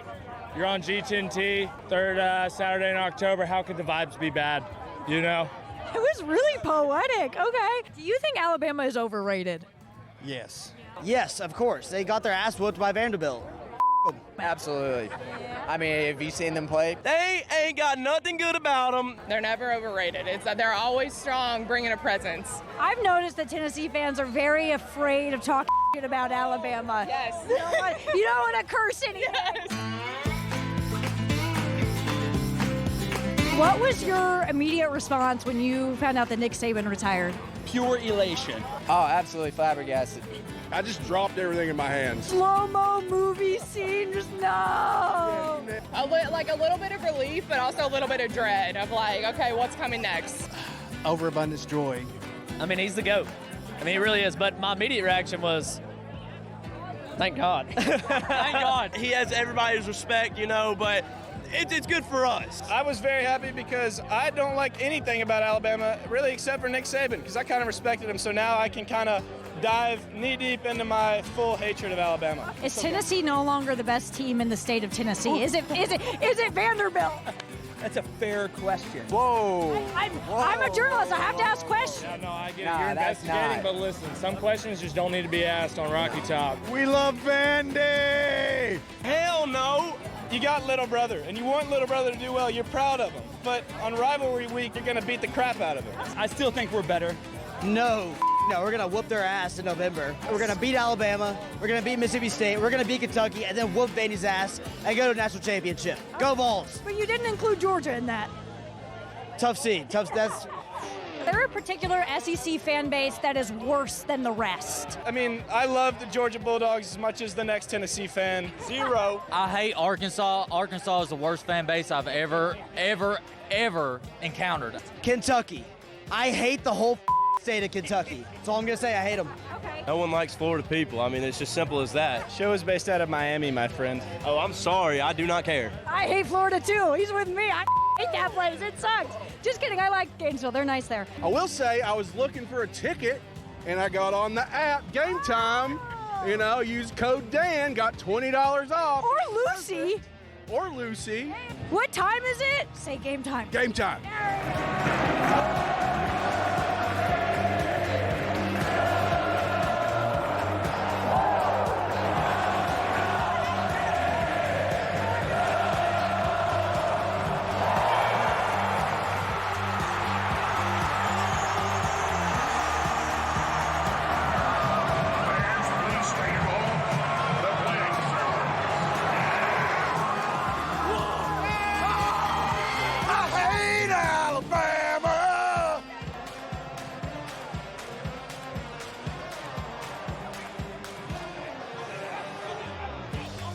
Dan, we went on a boat today. I smoked a victory cigar. We stormed the field. We overall had an amazing time here at Tennessee. But I will be honest, I'd be okay if I didn't hear Rocky Top again for like 3 more months. They play it a lot. Like all the time. Like they don't really play anything else. Dan, just like that. Make no mistake about it. The Vols are back. There was a lot of college football to talk about. If I'd been smarter and not worn down from last week's business dealings, I would have had more college football earlier in the show. The college football had more fun in it than the professional football did yesterday, although I guess Lions-Vikings is fun. But again, it hurts here locally to have Jazz Chisholm and Giancarlo Stanton and Dan Campbell and all of these people, and Miguel Rojas, all of these people who couldn't win Enough here. of him. What is he doing? Get out of here. Miguel Rojas. Yeah, I'm not Did you sure see if when he he was fit. trying to tell Shohei Ohtani how to bat like a month ago or a week ago? Ridiculous, that guy. This is going to be the Revenge World Series. Miguel Rojas on the bench against Jazz. That's the storyline everyone should be focusing on. We're all looking at Shohei Ohtani and Aaron Judge and all of these superstars, Juan Soto, Mookie Betts. The best storyline in this series is Miguel Rojas and Jazz Chisholm Jr. going head-to-head in the World Series. You want to create rivalries. That's an actual rivalry. They hate These each guys other. genuinely do not like each other. They do hate each other. I have enjoyed the baseball a great deal, and seeing Mookie Betts come back to life is pretty cool. Seeing the Dodgers be overwhelming offensively, even if Freddie Freeman is all medicated and can't even get out there, scoring more runs in just ending Stugotz's Mets season. Yep. And giving us the World Series that's going to do better numbers than I don't know the last World Series that will be better than this World Series. I would imagine this is going to be the highest-rated World Series of all time. I mean, you have Yankees, Dodgers, and Ohtani. What do you mean, no? Not even close. What? All Baseball time? is Yes. not that It anymore. could. What? You have the No, it two. can't. You have the Guys, two there used to be biggest 3 markets. channels. There used to be like 3 channels. No. What are you even talking Stugotz, about? no. The ALCS and NLCS were on Fox Sports 1. There were- in lieu when of there the were- Mass when Singer. there Like were- the Mass Singer was on Fox. When there were 3 channels, Stugotz, there would be 70 million people watching. Right. I saw that Broncos Saints that Dan was talking about earlier, saying "get it out of my life," did like more combined than on that same Thursday. There was like a game 6 for Mets. Like baseball did not even come close to Broncos Saints. Look, baseball has shrunk. combined. College football is the second biggest sport in America. Baseball has shrunk, but it makes it no less interesting that you've got Yankees and Dodgers, and you've got physical giants in the sport. Stugotz, Giancarlo Stanton is all of a sudden Babe Ruth. He had 5 hits against Cleveland in 20 at-bats. Yeah. All of them were home runs. Mm-hmm. You could see the Guardians deflate pitcher and catcher. The photographs were amazing, Stugotz, of the way Naylor and whoever had given up the large home run to whomever, right? Because it's Stanton and it's Judge, and you hear the sound, and the catcher and the pitcher collapse in like physical despair Because they know it's going out. because Right. they know that the thing the Yankees haven't had for the last 15 years, they haven't been in the playoffs, is they go all or nothing with the home runs, and then they can't get the home runs. Right. They get to the playoffs, and they don't get the home runs against the elite pitching. Cleveland was pitching. Stugotz, that's Soto at bat. That's Soto at bat. He does not swing at balls. Like, the plate discipline of that guy is totally absurd. And I'm sitting there watching, and I'd be like, yeah, I'd give him first base and pitch to Judge. Yeah. I'd rather pitch to Judge. I'd put runners on second and third because I don't want any parts of what Soto is. He's going to look so good in a Mets uniform next year. I mean, I cannot wait. Stugotz, Soto is batting, and the announcers are describing him as stalking the pitcher. Yeah. The announcers are talking, and they're like, how do you pitch a guy who has no holes? The failure rate in that sport is 7 out of 10 times, but not with him because he walks so much. You're basically, every time he's up, you're playing 50-50 ball with whether or not he's going to get one base or he's going to take all 4 of them from you. The highest rated World Series was back in 1978. You know who played? Yankees-Dodgers. Thank you. Yes. Yeah, this has a chance to eclipse that. To try to help It him out. does. Now, that was back when there were only 3 stations. I understand Hold on a it. second. Okay? Hold on. And Understand. fewer But in the people. modern era is what I meant. Maybe to help you out, Stugotz, instead of highest rated, you might end up with the most viewers ever. Because when you're looking internationally, I'll take it. and you have Yes. Yamamoto and you have Otani, and it's Yeah. Yankees-Dodgers, That's what I'm and you're talking looking about. at the most people to ever lay their eyeballs on a screen that's Bingo. playing the World Series. That's where you may be right. Thank you. Internationally. Internationally. Okay, he stumbles into it. Maybe nationally. Who yes, knows? here we go. Not nationally. Stugotz was right. Thank you. Holy, Yes. Stugotz was right. 100%. I'm with you. You are right. Appreciate it. You are right. Thank you. Let me ask you guys a serious question. Who do you think is going to have more viewers on Monday? Because for whatever reason, we waited 4 days to get to the World Series, and now it's going up against football for whatever reason. Instead of like taking advantage of like, hey, why don't we do like a Tuesday, Wednesday, Thursday, Friday situation? No, like we're going to wait till Friday, and then Saturday they have to go up against Texas A&M, and then on Monday they have to go up against, now this is not a good game, Giants-Steelers. Who do you think has a higher rating? Giants-Steelers or Game 3 of the World Series? Who do we think had better ratings last night? Dodgers-Mets or Jets-Steelers on Sunday Night Football? on Jets NBC? Steelers. Probably Yeah. Jets Steelers. NFL always wins. Probably. Exactly. I said World Series. Well, though. isn't there a chance? I mean, the WNBA numbers have been kind of huge. Is yeah, it absurd probably for, didn't help that there was another game on that. It was a New York team also. Does Grimace go to a farm upstate and get shot now, Stugotz?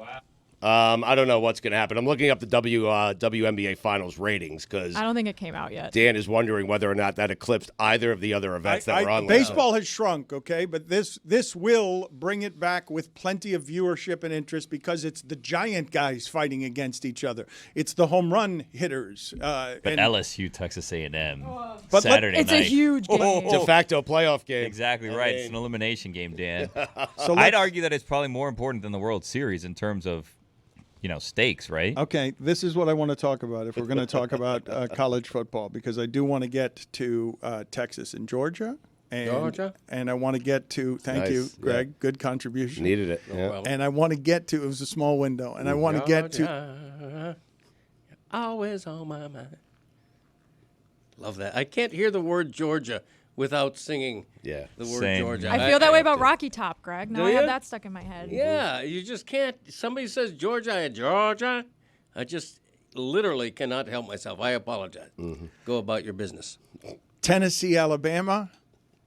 Alabama, I would not want to coach that football team.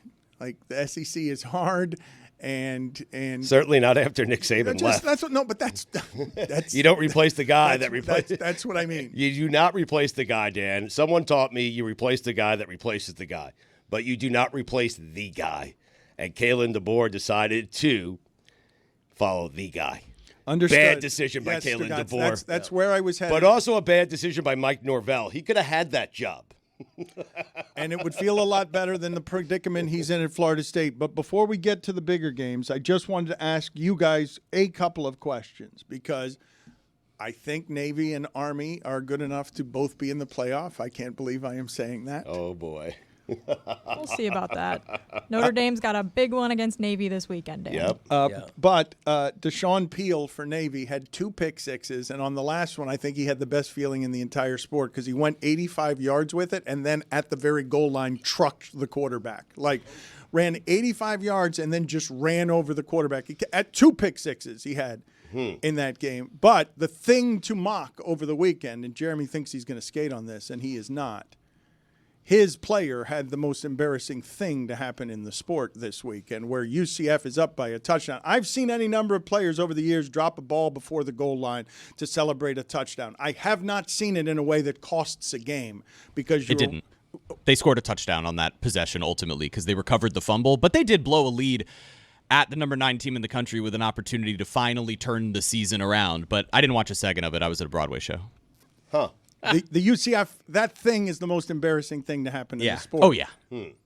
Just UCF in general? Yeah. No, and no one picked it up. It was just the ball was Yeah, just the ball just sitting- sat there it was for a just while. sitting there. That game, that blown lead, everything about it was embarrassing.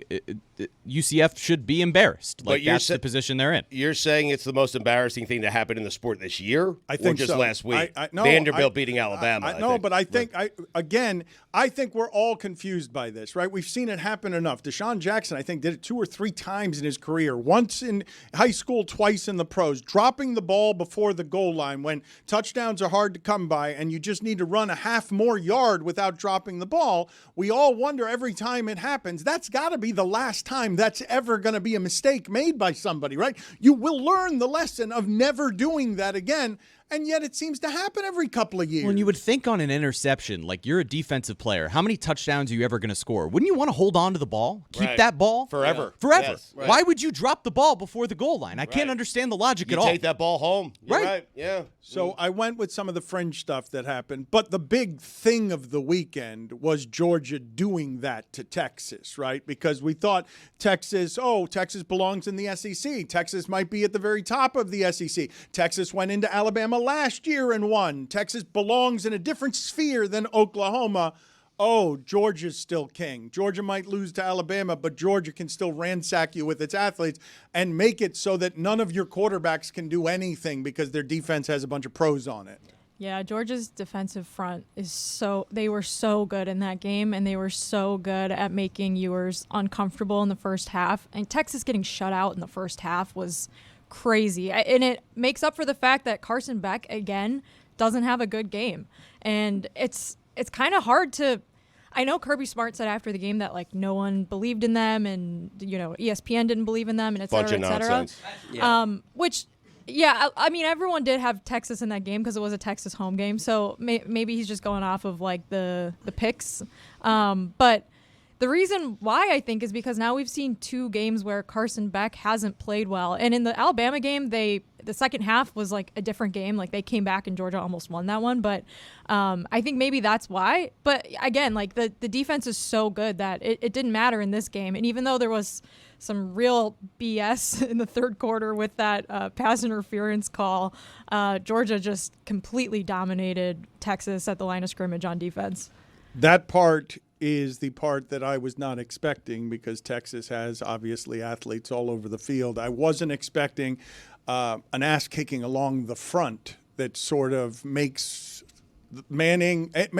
everything Texas has going on in its backfield not matter at all because you can watch that game and say they can play 100 quarters, these 2 teams, and this defensive line will continue to do this to this offensive line. There will be no scheming your way out of this. There will be no quarterbacking your way out of this. It's too much athleticism. There's no way to stop this. The best athlete on the field, and it's a field full of world-class athletes, was Jalen Walker. I mean, that kid was so good in that game with 3 sacks and 3 forced fumbles. It was ridiculous. I mean, he won the game for him. The SEC has look, man. I wouldn't want to play Texas A&M. If I threw Texas A&M in the playoff, I would not want to play against them. They've got a bunch of pros along the defensive line, and I'm watching Tennessee, Alabama. Alabama's not a lot worse than they were last year, man. Saban, that was smoke and mirrors last year. That was not that good of an Alabama team that ended up in the last 4, and you saw how it is that Kirby Smart and Dabo Swinney made up some of the ground on Alabama. Clemson is no longer that. Obviously no longer that. But the top of the SEC, whether it's Georgia or Alabama, they might beat each other up because you got to go to Tennessee and somebody will lose at Mississippi. They might beat each other up. But those feel like the best teams in the sport to me. But when I came in today, I asked Jessica, who's the best team in college football? And she said, Indiana. Oregon? She asked it with a question mark. I changed my mind to Indiana. Man, they kicked Nebraska's ass, although Curtis Rourke is now going to be out for a couple weeks with a thumb injury. But, yeah, I guess I say Oregon because they beat Ohio State. They looked good in both phases, but I still think Georgia's really good. And like, they were, I guess, in Kirby Smart's mind, forgotten about after losing to Alabama. And it doesn't help that Alabama then went on to lose to Vanderbilt. 2 points from losing to South Carolina or 3 points from losing to South Carolina the following week and then lost to Tennessee in a game where Jalen Milroe was just making a ton of mistakes. Their offense couldn't create anything. Explosive plays out the window. They just got completely stomped by Tennessee's defense. And you're like, well, why couldn't Georgia figure that out sooner in that game, because then they win that game in Tuscaloosa. After Tennessee had lost against Arkansas at Arkansas, because all of those SEC teams have athletes. But you mentioned Kirby Smart. Kirby Smart has to manufacture something, because he took the sport from Saban over the last couple of years. That's the hardest thing. Forced Saban out. He never beat Saban, but he has taken the sport from Saban, yes. I mean, he has. He won the championships, and his team is now what Alabama has been, even as it loses to Alabama. But Kirby Smart is manufacturing over five weeks, basically. Oh, you forgot about us when we've been the best team in the sport for 2 years, and now you guys are ready to crown Texas when they got here 4 games ago. It's a bunch of BS. No one forgot about Kirby Smart. No one forgot about Georgia. You can't do the disrespect thing after you've won 2 out of the 3 last national championships. You just can't do it. You can't come out and say no one respects us. Everyone forgot about us. No one forgot about Georgia, and everyone respects Georgia. Everyone knows how good they are, and everyone knows they've won 2 of the last 3 national championships. Kirby Smart enough, please.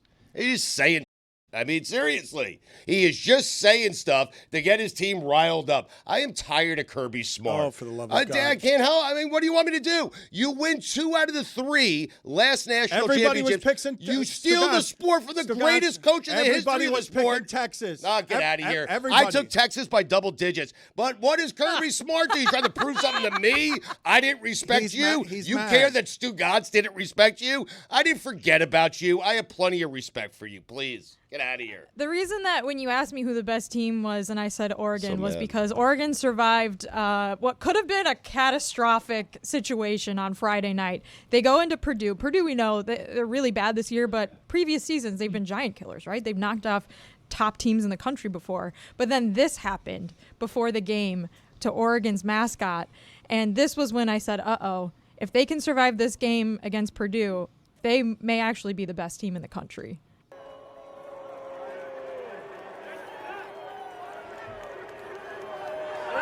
Oregon's mascot just got trucked by an Oregon player. Oh, lost his head, put his head on off. backwards. The mascot literally, not figuratively. Yes, that can't happen. That's a fireable offense. You got to fire that mascot. That everybody knows that. That's mascot rule 101. I don't call for firing, but when you lose your head, that's an automatic unemployment. So you don't fire the player who knocked him over, blindsided him. No, I mean that wasn't the he player's sides with mascots. fault. And you gotta have your head on a swivel if you're a mascot. Okay. I mean, the head can't come off. It can't come off. That's you've got to be able to fire that duck. Oh. At least the mascot isn't ducking the contact. All right, you're going to have to leave. Out. Honestly, a great job by the mascot there. Like the quickness that he got the mask back on was kind of impressive. That should have been DPI, by the way. No, put it on backwards. He put it on backwards. You got to get it on first, Dan, and then you just deal with which way. You swivel it at that point.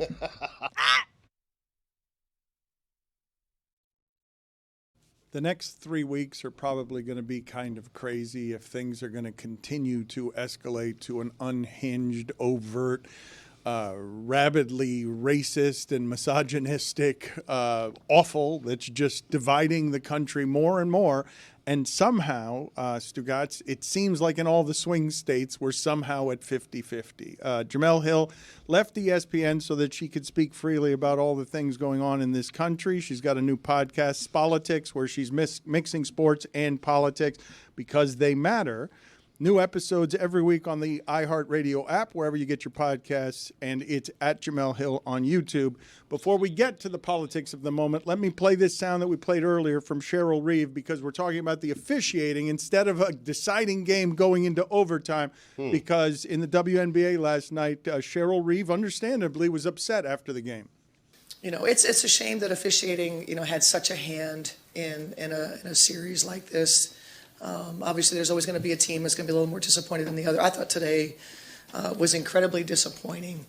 The challenge, we have got to change our challenge rules, and the officials doing the game should have a third party, because that was not a foul. I know all the headlines will be Reeve cries foul. Bring it on, right? Bring it on, because this was stolen from us. Bring it on. Bring it on. Jemele, your thoughts? She is right. It wasn't a foul. However, and this is where I have a hard time. I understand from her standpoint why she's so upset. I mean, this is fresh. She's just coming off losing a championship, decisive game 5, could have went either way at a lot of points. And certainly the way the Lynx came out and punched New York in the mouth, I mean, it really did early on look like this was going to be theirs to lose. But when you have an entire overtime after that, can you really say it was stolen from you? Because that wasn't I get it. Like, they not only missed on the foul, they also missed the fact that Breanna Stewart traveled right before that. And these kind of things, unfortunately, happen. I do think overall, her point is correct about the officiating. There needs to be an upgrade in this league, along with, maybe looking at how they do things and how they approach officiating at all. But I thought it was a little beneath her to kind of go there the way that she did and as harshly as she did, considering the fact that, again, you have an entire overtime to change the outcome of this, and you didn't do it. And at the end of the day, I mean, that's kind of what people are left with. The thing that I'm surprised by, Jemele, is that not often after a championship do you hear the losing coach ever say they stole that from us. Like, it's an uncommon thing to hear. Yeah, I mean, and that part was, in a weird way, kind of refreshing, because a lot of times in these games, we'll see very obvious things. And we watching at home, we know that some shady business is going down. And then when afterwards, when you ask the coaches, and they usually have that sort of generic, oh, I don't want to get fined, or I don't want to comment on the officials. From an honesty standpoint, it was refreshing. It's just maybe, in that moment, it was a little disappointing to use the word stolen, because that's kind of disrespectful to the liberty. Jemele, we're marveling at your multitasking here, and we're thinking of Greg Cody trying to do what you're presently doing, which is taking an Uber and getting, I don't know, coming from the airport to the airport, but you seem okay. Whatever you're doing, you're seamlessly getting out of the car. You're multitasking, right, giving takes while walking through errands. I would trip over myself. Yes, so we salute you for your analysis here. A couple of other things from sports that I wanted to get to here. I don't know how you feel about your Detroit Lions going into Minnesota. They're now 5-1. Jared Goff over the last 4 weeks is playing the best quarterback anyone's ever played quarterback. And here's Dan Campbell. Everyone loves Man Campbell in Detroit. Here's Man Campbell after the game. Hey, listen, man, to say that I'm proud of you would be the massive understatement. I love this freaking team. I love the coaches. I love the players. I love everything about it, man. We are so freaking hardened. Even when doesn't go the way we want it to, man, you find a way. People love him so much. God, how could you not? Jemele, your thoughts on the on Detroit going in and ending Minnesota's undefeated season? I think Detroit has probably established itself easily as the best team in the NFC. I know people are going to bring up that Bucs loss. The Bucs are a good team. The Bucs are a playoff worthy team, but I mean, I think Detroit right now, I mean, they're just playing at a Super Bowl championship level. And to go into Minnesota, beat an undefeated team, I think it was like just another statement win in a season of statement wins. I mean, Jared Goff has been exceptional. He kind of got off to a slow start this season. I think it's really time to start talking about him as an MVP candidate. When you look at his completion rate, when you look at his command of the game, when you look at how he's leading this offense, I don't think there's any question that he should be right there in the conversation among the many names brought up for MVP. And may I just say, Dan, this feels so odd. We're talking about sports. I don't understand this. I know. We'll get to the hold on. What happened? We're going to get to we're going to get to the politics in a second, but we're just luring you out. We're luring you into the den before it becomes a feeding frenzy. It's more than that on Goff, though, Jemele. Against the blitz, against pressure, his numbers are better than any numbers you ever see against pressure. And in the last 4 games, they've scored more touchdowns than he has incompletions. So it's not just that they're winning; it's that they've sort of figured out offense in a way that gives you, it's the best of both worlds. The Dolphin fans got all excited because they just had offense last year. Now people are looking at the Lions and they're saying, no, that's a complete football team. Yeah, I mean, it is different when you look at not just their style of offense, but I think the creativity too. That's what people are drawn to. I mean, they have one of the best offensive coordinators in the league. And, you know, every game that you watch them, they do something that makes you go, oh my God, like they really did that. And more importantly, they executed it. So they have an incredible amount of speed and quickness among their skilled players. I mean, we see Gibbs and Montgomery, like those are dynamite running backs. You know, they got J-Mo, like this team, it does not have a lot of holes. And I think it was an even bigger statement for them to play that way, considering they lost their best defensive player in Aiden Hutchinson. So for them to play the way that they did and to do so with such authority, I think this team, again, best team in the NFC, and they look really on track to go to a Super Bowl. I want to play some sound for you here because Deshaun Watson got booed off the field after tearing his Achilles, and his teammates rushed to his defense. And here's Myles Garrett before we get to Jameis Winston. Here's Myles Garrett not happy with his fan base. Man does pretty much everything right. He's been a model citizen through college and most of the pros. Wow. Let's play the model citizen. Yeah, let's play the Jameis Winston. He said most of the time, in fairness. Yeah. Strong most. Yes, most doing a lot of lifting there. Now, Jameis Winston here had a rambling speech here that had a lot in it. He always does. Raised. I was taught to love no matter the circumstances, especially for people who do right by you. I'm grateful that I had a chance to serve Deshaun, but I am very upset with the reaction to a man that has had the world against him for the past 4 years, and he put his body and life on the line for this city every single day, regardless of your perception, regardless of what you thought should happen with him.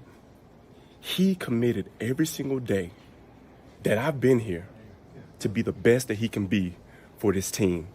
And I know I come from the deep South, Birmingham, Alabama, Bessemer, Alabama. So I know the standard that hungry fans want. But the way I was raised, I will never pull on a man when he's down. But I will be the person to lift him up. And that all of us have unique experiences. All of us have circumstances, conditions, and facts that we face every single day. And I pride myself in being a man of increase and being a man that wants the best out of everybody. I tell myself every morning what I want for myself, I want for everyone. And I do not want the treatment that Deshaun Watson has received from these passionate fans. I know you love this game. When I first got here, I knew these were some amazing fans. But Deshaun was treated badly. And now he has to overcome another obstacle. So I'm going. Jemele, he so badly wants to rip those fans. He knows he can't, but he wants to rip those fans. If Jameis Winston doesn't become a mega church pastor in like 20 years, he's kind of doing it wrong. Like, I see there is that major Creflo Dollar energy in there. And I don't want to laugh because I don't want to make light of this. And see, here's the problem is that football players, we know that they're wired very differently. And they're speaking to the Deshaun Watson that they see in the locker room.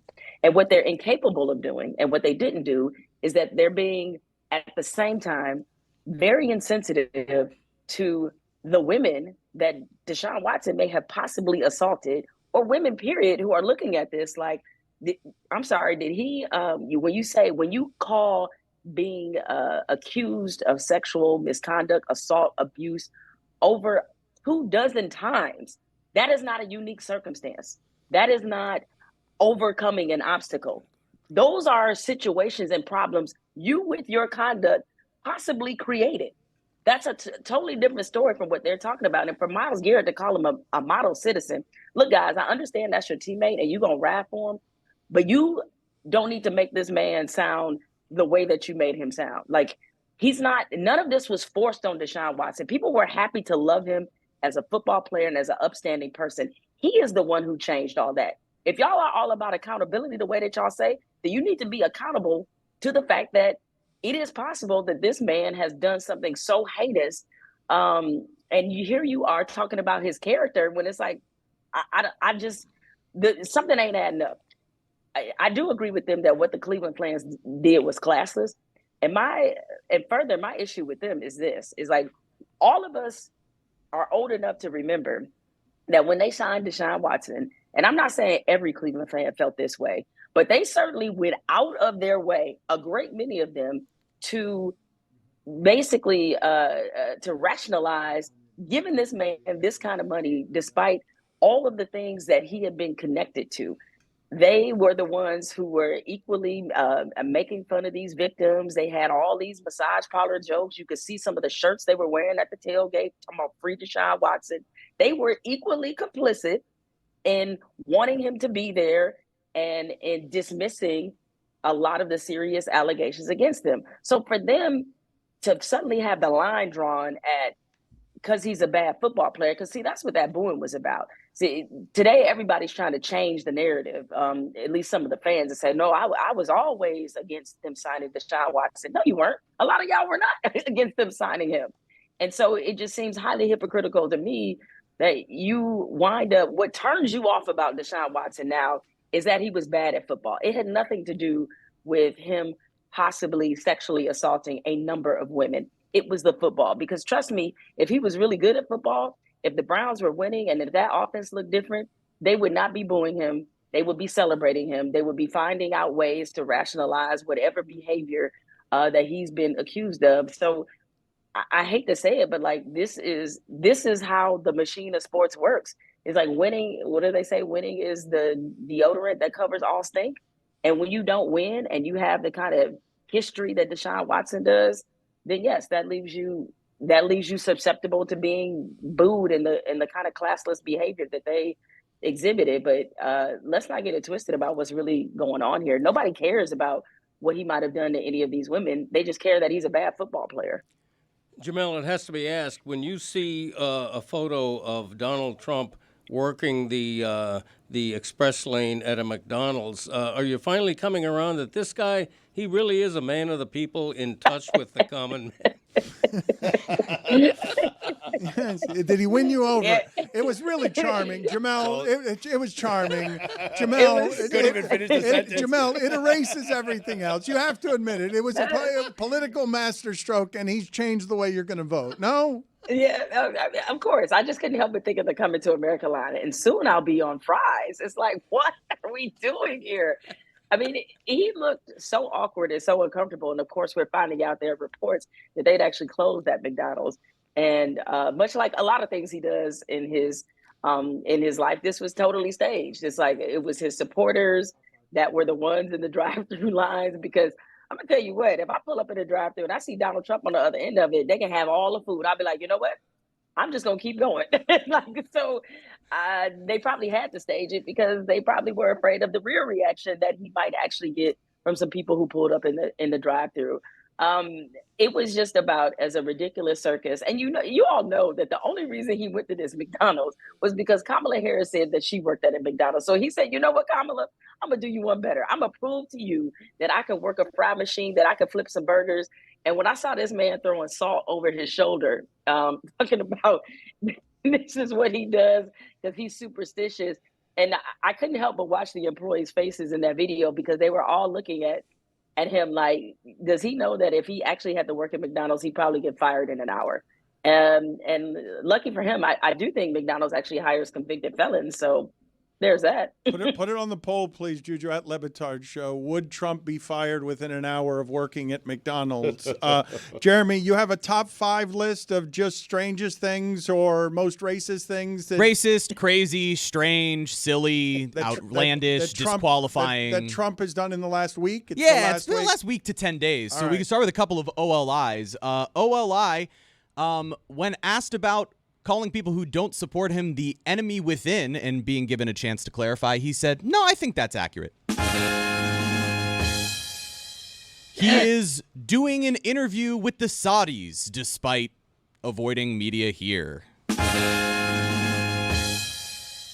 He was asked about lying about the Haitian immigrants, saying that they eat dogs and cats, and responded after being called out by Fox News on that lie with, well, what about the goose?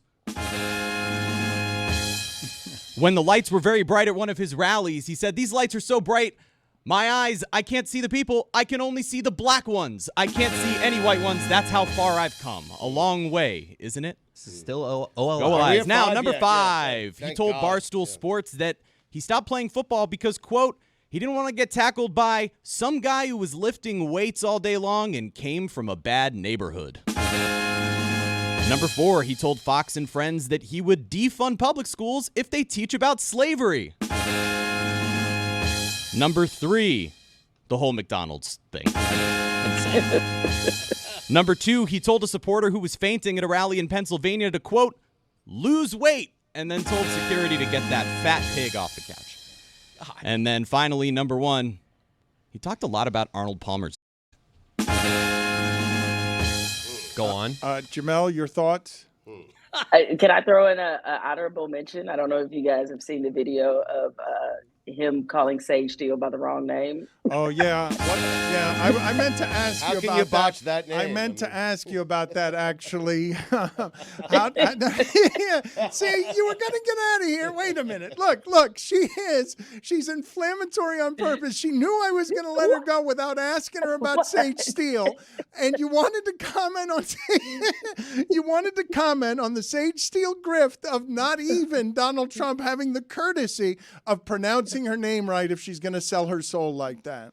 That's what I'm saying. I was like, if you are going to rap at somebody that hard, and she's doing TikToks and all this other stuff about her love of Donald Trump, and imagine getting in that moment of being on stage with this man who you have willingly embarrassed yourself for many, many times, and you have gladly and gleefully joined his cult, and then for him in that moment, for him to get your entire name wrong, I mean, like that has got to be a top 5. Was the grift worth it moment that I've ever seen in my life.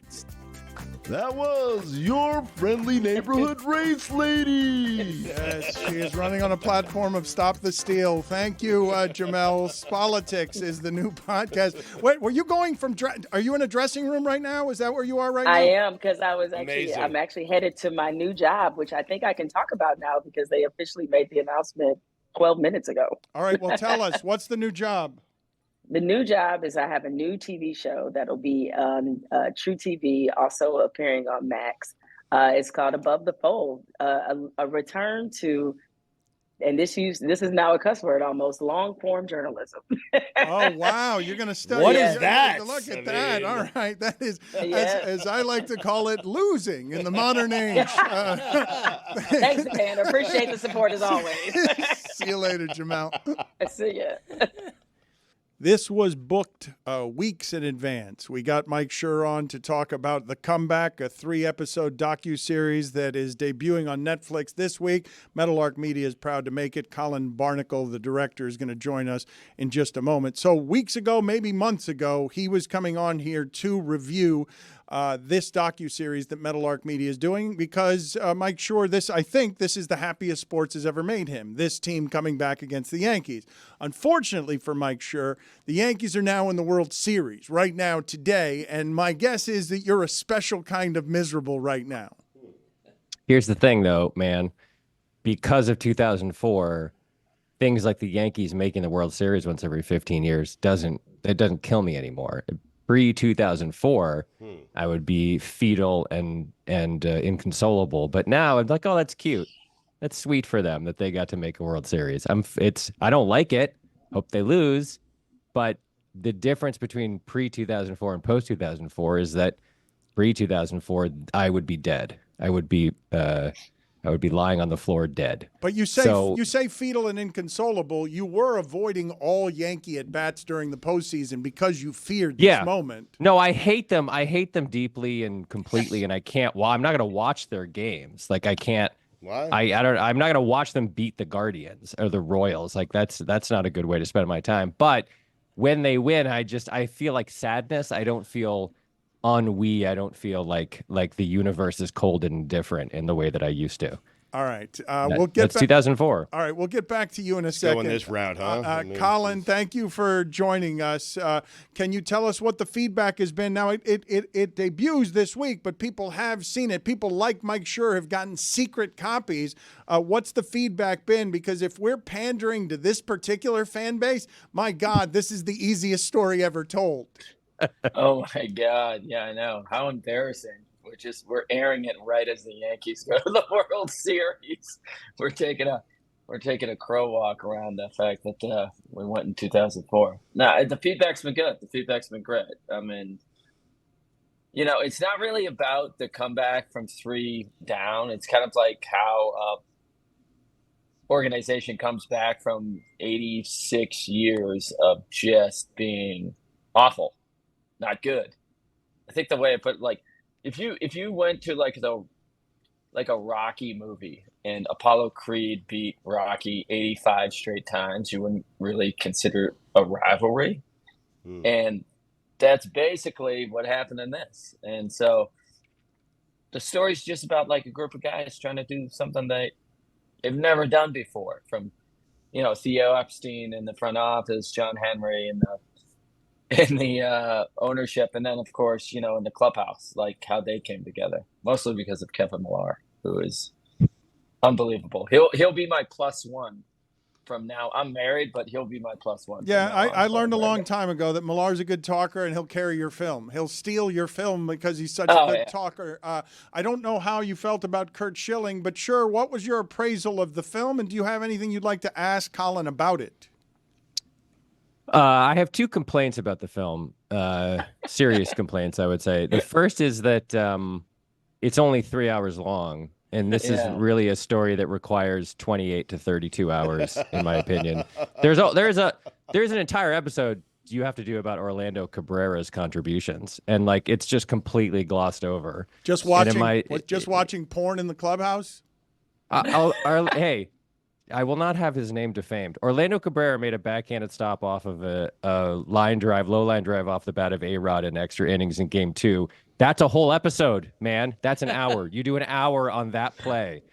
So that's complaint number 1. Complaint number 2 is I only cried 4 times, and I was expecting 10 to 12. And I think that partly that's just because that's not long enough.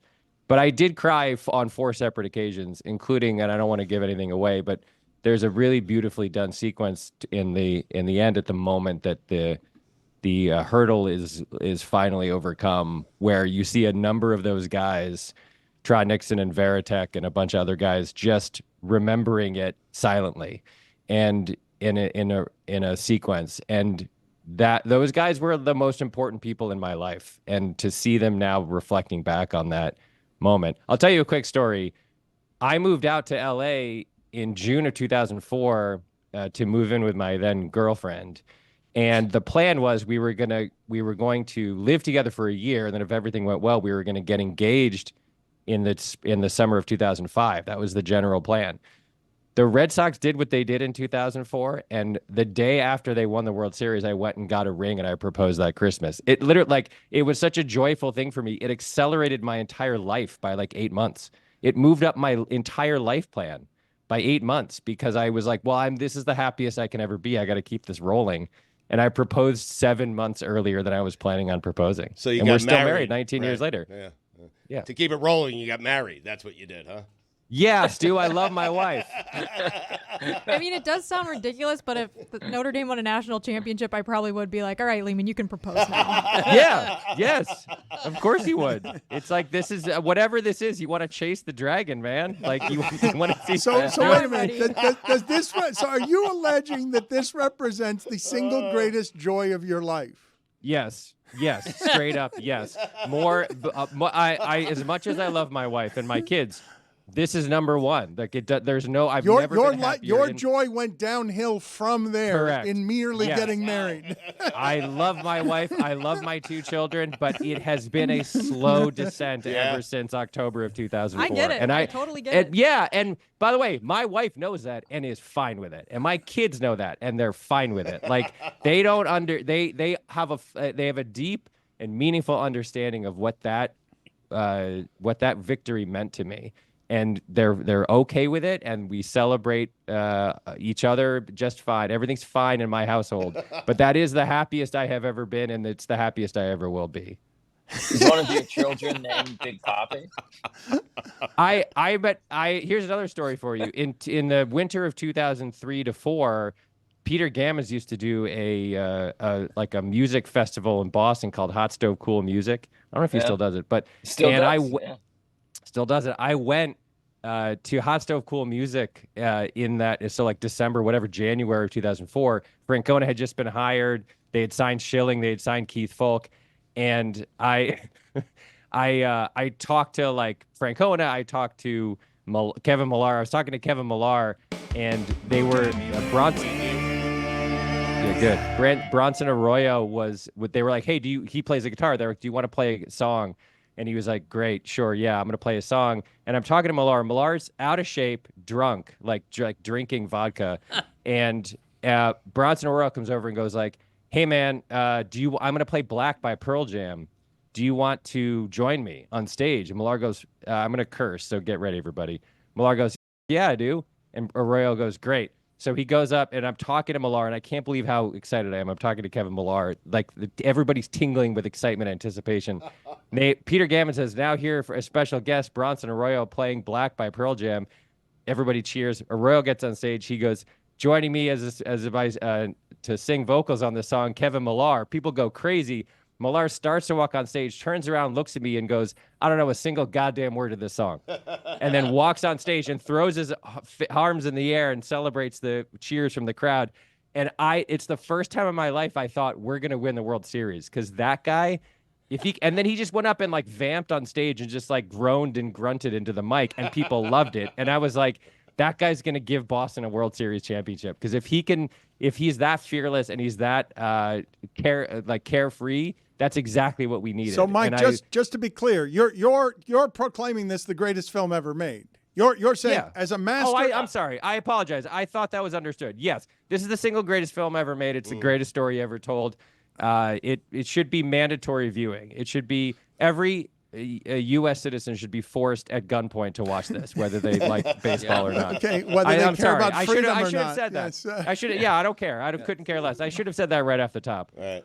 Again, my only complaints: not long enough. Didn't cry as many times as I thought. But other than that, yes. Gunpoint seems extreme, though. As a lib who loves his freedoms, it seems deport anybody who doesn't watch the film. There are some exceptions that I will make from my progressive views, and one of them is that there should be no individual liberty when it comes to watching this movie. Colin, this is who you're making it for, correct? Yeah, no, this is it. The guy wants to bring up the Alien Sedation Act from 1789 to get people out of here. They don't have to leave if they watch it. They're fine. They can stay as long as they watch the movie. I told Millar when we interviewed him. He was like, "What's it going to be called?" And I said, "It's going to be called Bad Body Baseball Players." Yeah. And he was like, "This is perfect. And I was like, nah, that's how you sucked them in, huh?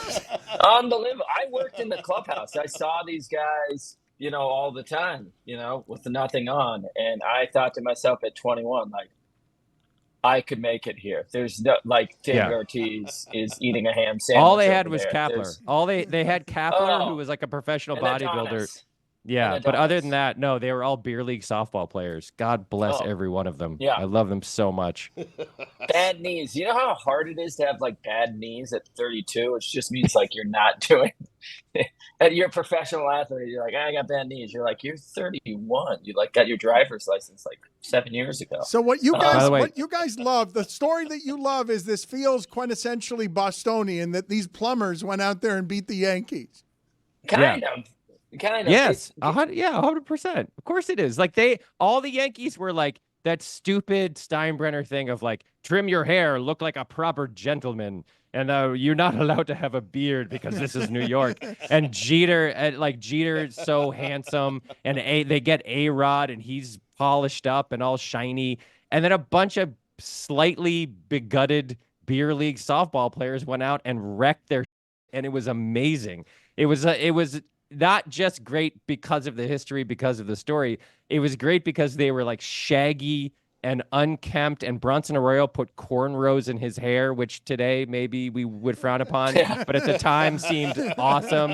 And they were just like, they were like that. I was very happy that one thing that was included was that after they clinched the playoffs, that they all ran down to the bar, the tavern near on what used to be Lansdowne Street. I don't know what it is anymore.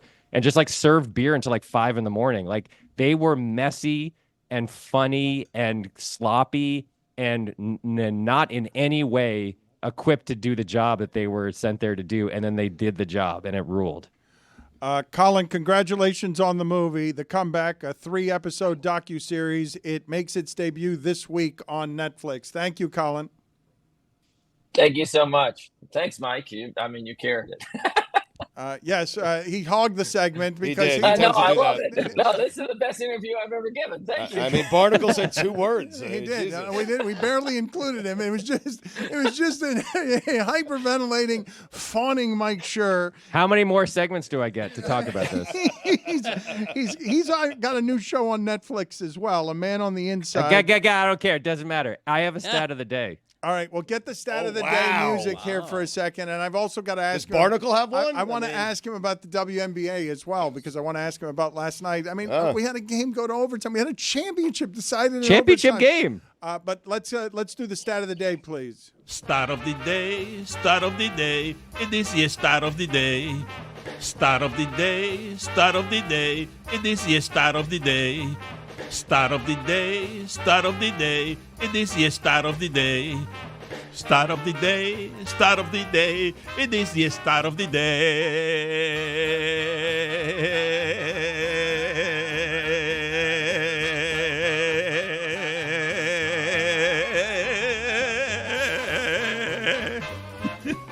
Today's stat of the day is brought to you by Venmo. Look, I understand some people are sick of hearing about the Red Sox 2004 and the whole story, but to try to put it into perspective, if you're not a Red Sox fan, about why this meant so much, here are some things that happened between 1918 and then 2004, the 2 years between Red Sox championships, the 2 years at bookend of the Red Sox championships. World War I ended, Iceland was founded, the general theory of relativity was proven experimentally, Warren Harding became the president. Ulysses was published. The USSR was founded. Time magazine was founded. Disney was founded as a company. Talkies were invented in the movies. Wall Street crashed. We had the Great Depression. The Star-Spangled Banner became the national anthem. The neutron was discovered. Hitler rose in Germany. The Hoover Dam was built. Hitler tried to conquer Europe. The atomic bomb was invented. Hitler was defeated.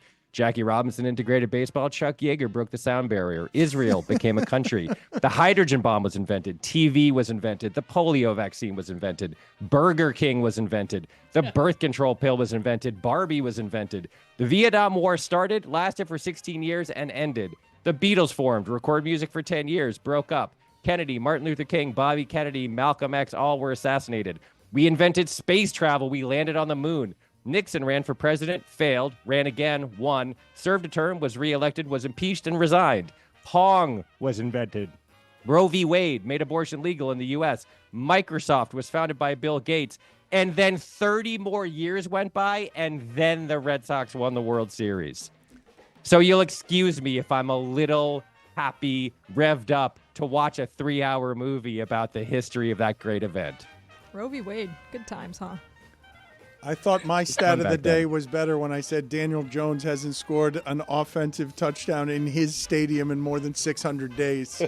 That's pretty good. That was good. That can't. And yet he's upset that he was benched. Yes, I mean, hasn't had a touchdown in front of his home fans in more than 600 days. What does Barnicle think? Mike, what did you think? We really did hog the interview. No, this is great. Oh, he's still there? Barnicle! He's still there, Colin Baller. I'm still here. I'm like just hanging out. All here right, in the you back can. All right, that's fine. You can hang out there. Hanging out on the bottom of a boat.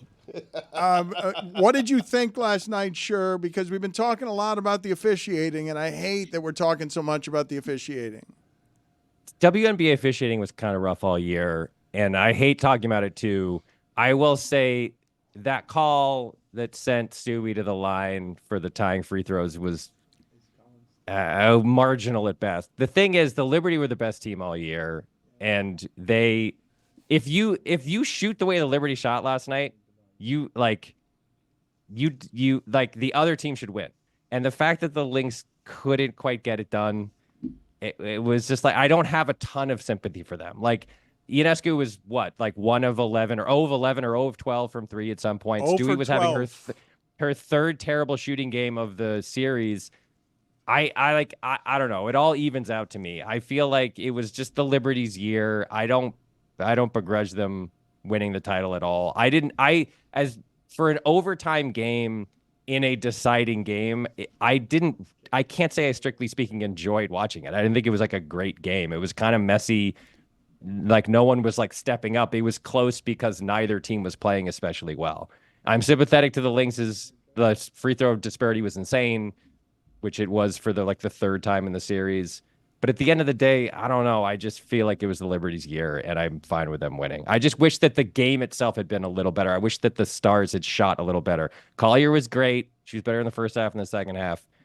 But other than that, no, the Stars kind of didn't shine, and that's a bummer. I would just wish that I wish Ionescu and Stewie had played a little better frankly in the whole series. Definitely. Oh, definitely agree with you. Thoughts on Kathy Engelbert wearing that dress to present the trophy to the Liberty? That's $2, Jessica. I'll Venmo you. A bold statement, a very bold statement, I would say. And I don't feel like I should maybe comment anymore on What a coward. On women's appearances. What a coward. I'm not saying what she looked. She had a dress with like the New York City skyline on it. It was a bold statement. It was a bold statement. I just think, never mind. I'll keep that thought to myself. Yeah, see? You're right. I think the Lynx should be really disappointed in the fact that they weren't able to build and sustain a lead, given that New York couldn't shoot threes until late into the fourth quarter, and they were still like Sabrina was still taking them, and they were just still defending it. At some point, just like let her miss. Yeah, although they kind of did back off toward the end in the fourth quarter. It's why she hit one or two, I can't remember now, but like they kind of did fall back into drop coverage a little bit. But I just feel like the players on the Lynx who McBride was great, and Collier was great in the first half, but like no one else kind of seized the moment. I mean, the Liberty at some points went to like that 5 big lineup they use, and it's like every player on the Lynx was faster than every player on the Liberty, and I feel like they just couldn't quite strategically like work out how to take advantage of that. And I don't know. It was a great series. Like I feel like it might be the best finals ever. It's in the running for best finals ever, but it's still, there was like I had a slight bit of sadness when it was over because it wasn't quite the like decisive final game that you wanted it to be. I am gonna miss every time like a former UConn player like sneezes. Mike sure texts me. I am gonna miss that. But then the college season gets to start in like a few weeks. Yeah, so Ice Brady. Can't wait. It's gonna be great. It's gonna be a good season. I Stugotz, think assuming they're all healthy for the first time in 5 years. Stugotz is so uninterested in your WNBA talk that he handed me an index card that says I've got top 5 athletes, entertainers, and authors who connote something you might find in the sea, based on Colin Barnicle. So if you guys don't mind, get out of the way real quick. Number 5, Shel Silverstein. Yes. Great author. I mean, number 4, Colin Barnicle. Number 3, Doug Plank. Number 2, Bill Parcells. Big Tuna. Number 1, Seal. Sure didn't know why you did Parcells. No Greg Norman? No Ariel Helwani? I don't think sharks are in the sea. What? Where do you think they are? The ocean. Big difference. What's the difference between salt? I don't think sharks live in the sea. Check it out. Look it up. What's the difference? What do you think the sea is? The sea and the ocean. Seas are smaller, Dan. A lot smaller. Everyone knows that. Caspian Sea. Dave Casper. CC Sabathia, we are back. Yeah. Do you Where think? is the Caspian Sea, Stugotz? I have no idea. Do you think seas and oceans are different things? Well, they're bodies of water, of course. I think a he lake thinks is- seas are seas. He thinks seas are lakes. I think. Do you think everything's an ocean? Like, do you think a lake's an ocean? A river? What do you think a lake is, Dan? Mickey Rivers? I mean, Oh, yeah. Mike, What are thank you doing, Dad? Mike, I appreciate you being on with us. Thank you for making the time, as LA always. Lakers. Frank Thank you. Ocean. Okay, thank you. Billy. For nothing, yes. Franco Frank Harris. and Billy Ocean. Thank you so much. Hanko the oceans. Appreciate all of your help here. Franco Harris. Georgie Lynott. I can't believe that Stugotz is 51 years old and doesn't know that there isn't a difference between an ocean and a sea. Oh, I mean. How is that possible? How? Doc Rivers. I mean, Thank you, Mike. Appreciate your time. Bye, everybody. Billy, I have not used you enough as the inflatable car wash man today, and I understand that you had a wonderful or terrible dad's weekend. Is it which was it? I think of dad weekends as being possibly unpleasant. Well, if you love your family, I guess they're okay. But, it's just one of those things.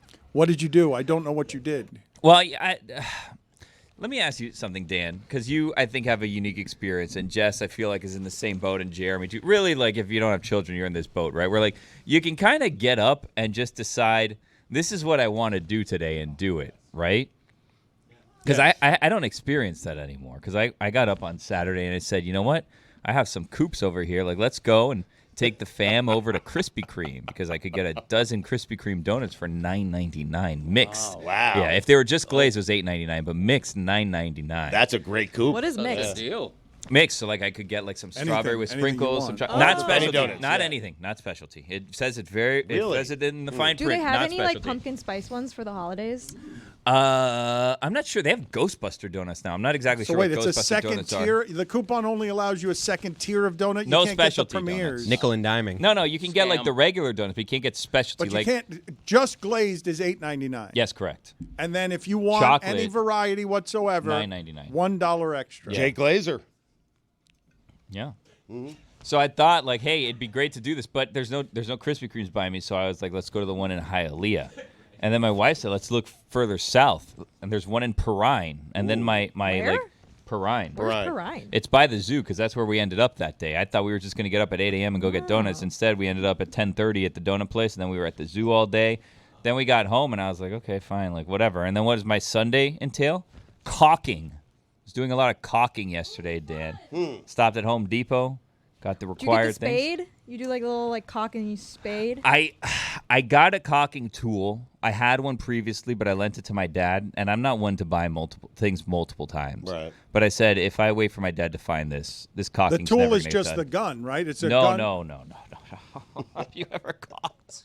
I did a long time ago, and all I remember, but I caulked at a time that perhaps was outdated. I don't have the modernized caulker. Non-caulker. I'm an old-timey caulker, evidently. It would appear. I was just a gun. You put the tube in the gun, and you start shooting toothpaste all over the How place. do you smooth it out?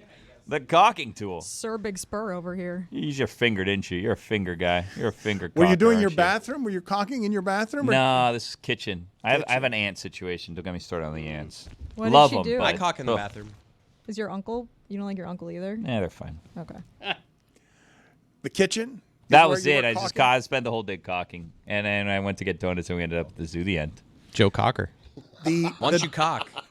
The donut sounds like a wonderful story, though. Like I where, wanted to sit down in the actual donut shop and enjoy them, and then we ended up in the drive-thru, and then we were eating them in the parking lot at the zoo. That wasn't the experience I was hoping for. Well, what happened? And why Well, aren't you I in got control married and I of had the kids. situation? But I thought you were going to dad it up. But dad and donuts, that sounds like a lovely Saturday morning. Yeah. Like, cars Then in the old ball and parking chain lot. got involved, you know? I always do. I don't know what voice that was. You know, one thing that I did do this weekend, we didn't get to it while I was caulking. Here's a good thing, Dan. I did our DraftKings Weekly Fantasy League. Join GBS Weekly Contest for a chance to compete against the cast, plus win cash prizes. DKNG.co/Smirnoff, presented by Smirnoff, the world's #1 vodka. Please drink responsibly. So I did that, and here's the good thing about that, right? Set it and forget it. What was the thing that was set it and forget it? Do you guys remember? Slow cooker? It was something. It was some sort of cooking device where you used to set it and forget it. You guys know what I'm talking about? Stove or stovetop. Was it? Yeah, it was the Emerald Lagasse thing. No, that's BAM. No, but no, Boink. He sold. No, he sold Doink. it on. No, he's on the Heat. At like 2 a.m. That's right. What? He sold it at like 2 a.m. Who? The set it and forget it guy. What did he sell? It's like a. It's a rotisserie oven. Yeah, something Is like it? that. Yeah, like he said. Right. It was Emerald? Yeah, I think so. I don't think so. Set it and forget it. Is that the Why'd you sing? And then he'd say, "Bam!" That's the way he did it. Emerald did? The crowd would chant, "Set it and forget Billy, it." it's very funny to have your costume fall apart there. To hear for those of you just doing via audio, it's funny on video. But if you're just doing audio and you know that Billy's swimming around in an inflatable suit, that's unpleasant. It's an unpleasant punishment, correct? To do today, because it's been falling apart the entire show. Jessica saved you at the beginning, but the engine doesn't seem to work. Not enough flailing for me. No, it's like it's the hole. It's the head hole. You know what I mean? Well, what happened to the engine? What? No, it's going. It's still going. Well, wait, you look like you're deflating. Yeah, we hear it, Billy. We got it. But he's been falling apart for like 4 segments. Yeah. He's been. Oh, that's the good noise right there. But his arms aren't really moving. I don't know if this is really fulfilling the punishment. What the hell was that? What? Jess farted. What happened? Jess. Come on. God, Jess. Who let a pet? He loves doing that. Chris, help me with this. Hold It's on. my whole hold life. On, hold on. Look how It's a delighted. pet. It's a QK. Listen, we're here now. This has bothered me about him for 45 years. We haven't known each other that long. Since I was 10 years old. That's a fine. When someone farts, Greg Cody says, "Who let a pet?" Correct. Only he's amused by that. He says it in mixed company all the time. Nobody knows Nobody what he gets means. it. Nobody ever knows what he means. Thank you. I thought it was like who stepped on a duck. No. He calls a he fart. He delights in this happening every time he says something nonsensical that makes sense to no one, that's only interesting or funny, and not even in his own household, because Chris has been annoyed by this as often as I have. When he says, "Who let a pet in mixed company?" he also says, "Everyone does that." That's what everyone It's does. true. Wait, In their let a pet in or their say it? families. No, say it. Everyone says That's it. how Everyone lets a That's pet. how everyone describes it in their home when someone farts. I don't think I'm the only one. Let's put You it that are way. the It's only like one. dancing swords. You are the Right, only thank one. you. It's What's not that? like dancing swords. Dancing Everybody says sword. It's if you have to take it. Yeah, dancing swords. It's just that stomach. feeling down below. When your you know stomach what I mean? is roiling. Never when you heard meet a that. special someone. Everyone Right. says it. Yeah. It was the Ronco kitchen accessory. That's where you set That's it and forget right. it. There you Yes. go. Also, rotisserie, though. It So was not- rotisserie. Yeah, yes. yeah. So not Guy rotisserie. Fieri. No, not Well, Guy Emerald. Fieri. No, Not Emerald. That's a Emerald, fun. but not Maybe. Emerald. Neither. either. Let's look into No. that. Emerald Hold on. did that. It was Emerald no, Taylor, look into that. It's neither. I'm telling you right neither now. one. I gotta check. The point was that our weekly fantasy contest, presented by Smirnoff, the world's #1 vodka, please drink responsibly, is just like that. You set it and forget it. So while I'm out there cocking, I don't need to worry about my team because I already set them up. And I know what you're saying, Billy, you've been a disaster this season. No, Daniel, I haven't. I finished 490th place last week. Guess what? Big bounce back Billy. That's what they call me because I finished 41st this week, just out of the money. Some carefree cocking. I did not talk enough baseball today, and I want please the call because it was the coolest at bat of the postseason. Juan Soto being at the plate, Stugotz, and announcers talking about a baseball hitter as if he's the only thing worth fearing in this exchange, that the pitcher has to be worried that a Puma is prowling around him. Aaron Judge is on deck, and you're talking about nobody thinks you should pitch to Soto. Even though runners are on first and second, even though you'd be loading the bases for Judge, it's terrifying that Soto is up there because he's a modern-day Ted Williams, and he's nodding the entire at-bat because everyone on both teams knows he's stalking the pitcher. He's timing him. He's going to get a hold of one of these, and this is what it sounds like in Spanish. Venga, a ver quién gana. Viene. Hace el jardín central rápidamente. A lo profundo. Y no. que no es la pelota. 550 por el pecho, denle. ¡Sabroso! Lo dije antes y lo reitero, este era de Sabrowski, no era de Gades. Y ahí está pagando el precio Vogt de no haber tenido listo un zurdo para venirle a lanzar a Soto. Excellent work, Billy. I thought it was a good show, not a great show, considering Dan was off 10 days. We'll find our footing again. Got off to a slow start. It did. He called Chuck Knox. But we recovered. We did. We had that Barnicle guy on towards the end of the show, Colin Barnicle. I did, top 5 things you would find in a sea. Sharks, sea. Someone look it up. No one looked it up. Anyway, so I thought it was a decent show, considering that we've been apart for 10 days. We'll take it. It's a victory. We'll learn. We'll get better. And we'll be better tomorrow. Yep. One at a time. Well, yeah, go ahead. Greg Cody, Miami Herald here. Yep. Are you prepared to blame the officiating? I am always prepared to blame the officiating unless the officiating helps my team win. And in this case, they did not. So, yes, I am always prepared to blame the officials. Yes. What is that? Jess, go ahead. Have you retracted your statement about where sharks can be found? I have not retracted my statement about where sharks can be found because I am not certain they can be found in the sea because no one has looked it up. So, I'm good with that statement. What are your thoughts on the Lobos? How about the Hold on, one at a time. Let's go to Chris Cody here. How do you feel about the Lobos this year? Oh, who was the MVL? I have no idea. Can we get a Lobo update, please? That's a sore subject. The Lobos are 2-4. I have no more comment. Hey, next question. Anyone else? Anyone? Billy, go ahead. Billy Gill. I see Billy with Metal Arc Media. Go ahead. Stugotz, yes. Would you still pay $100 for a hot dog so the Yankees can keep Juan Soto? I would not. I would never pay $100. I don't want Juan Soto. Juan Soto's coming to the Mets, and I don't have to pay $100 for a hot dog. I'm good. Any more questions? Yes, Jeremy. When we talk about the World Series, are you excited for Shohei Ohtani to be able to perform with runners in scoring position, or do you only want to see him thrive without runners on base? I want to see Shohei Ohtani do it in New York, specifically the Bronx. He's only done it in Flushing. He's only done it in Queens. I would like to see him do it in the Bronx. Big difference. Stugotz. Whose fault is it there was no weekend observations? That was my fault. I had him ready. Actually, you know what? I take it back. It was Taylor's fault. Any more questions? No.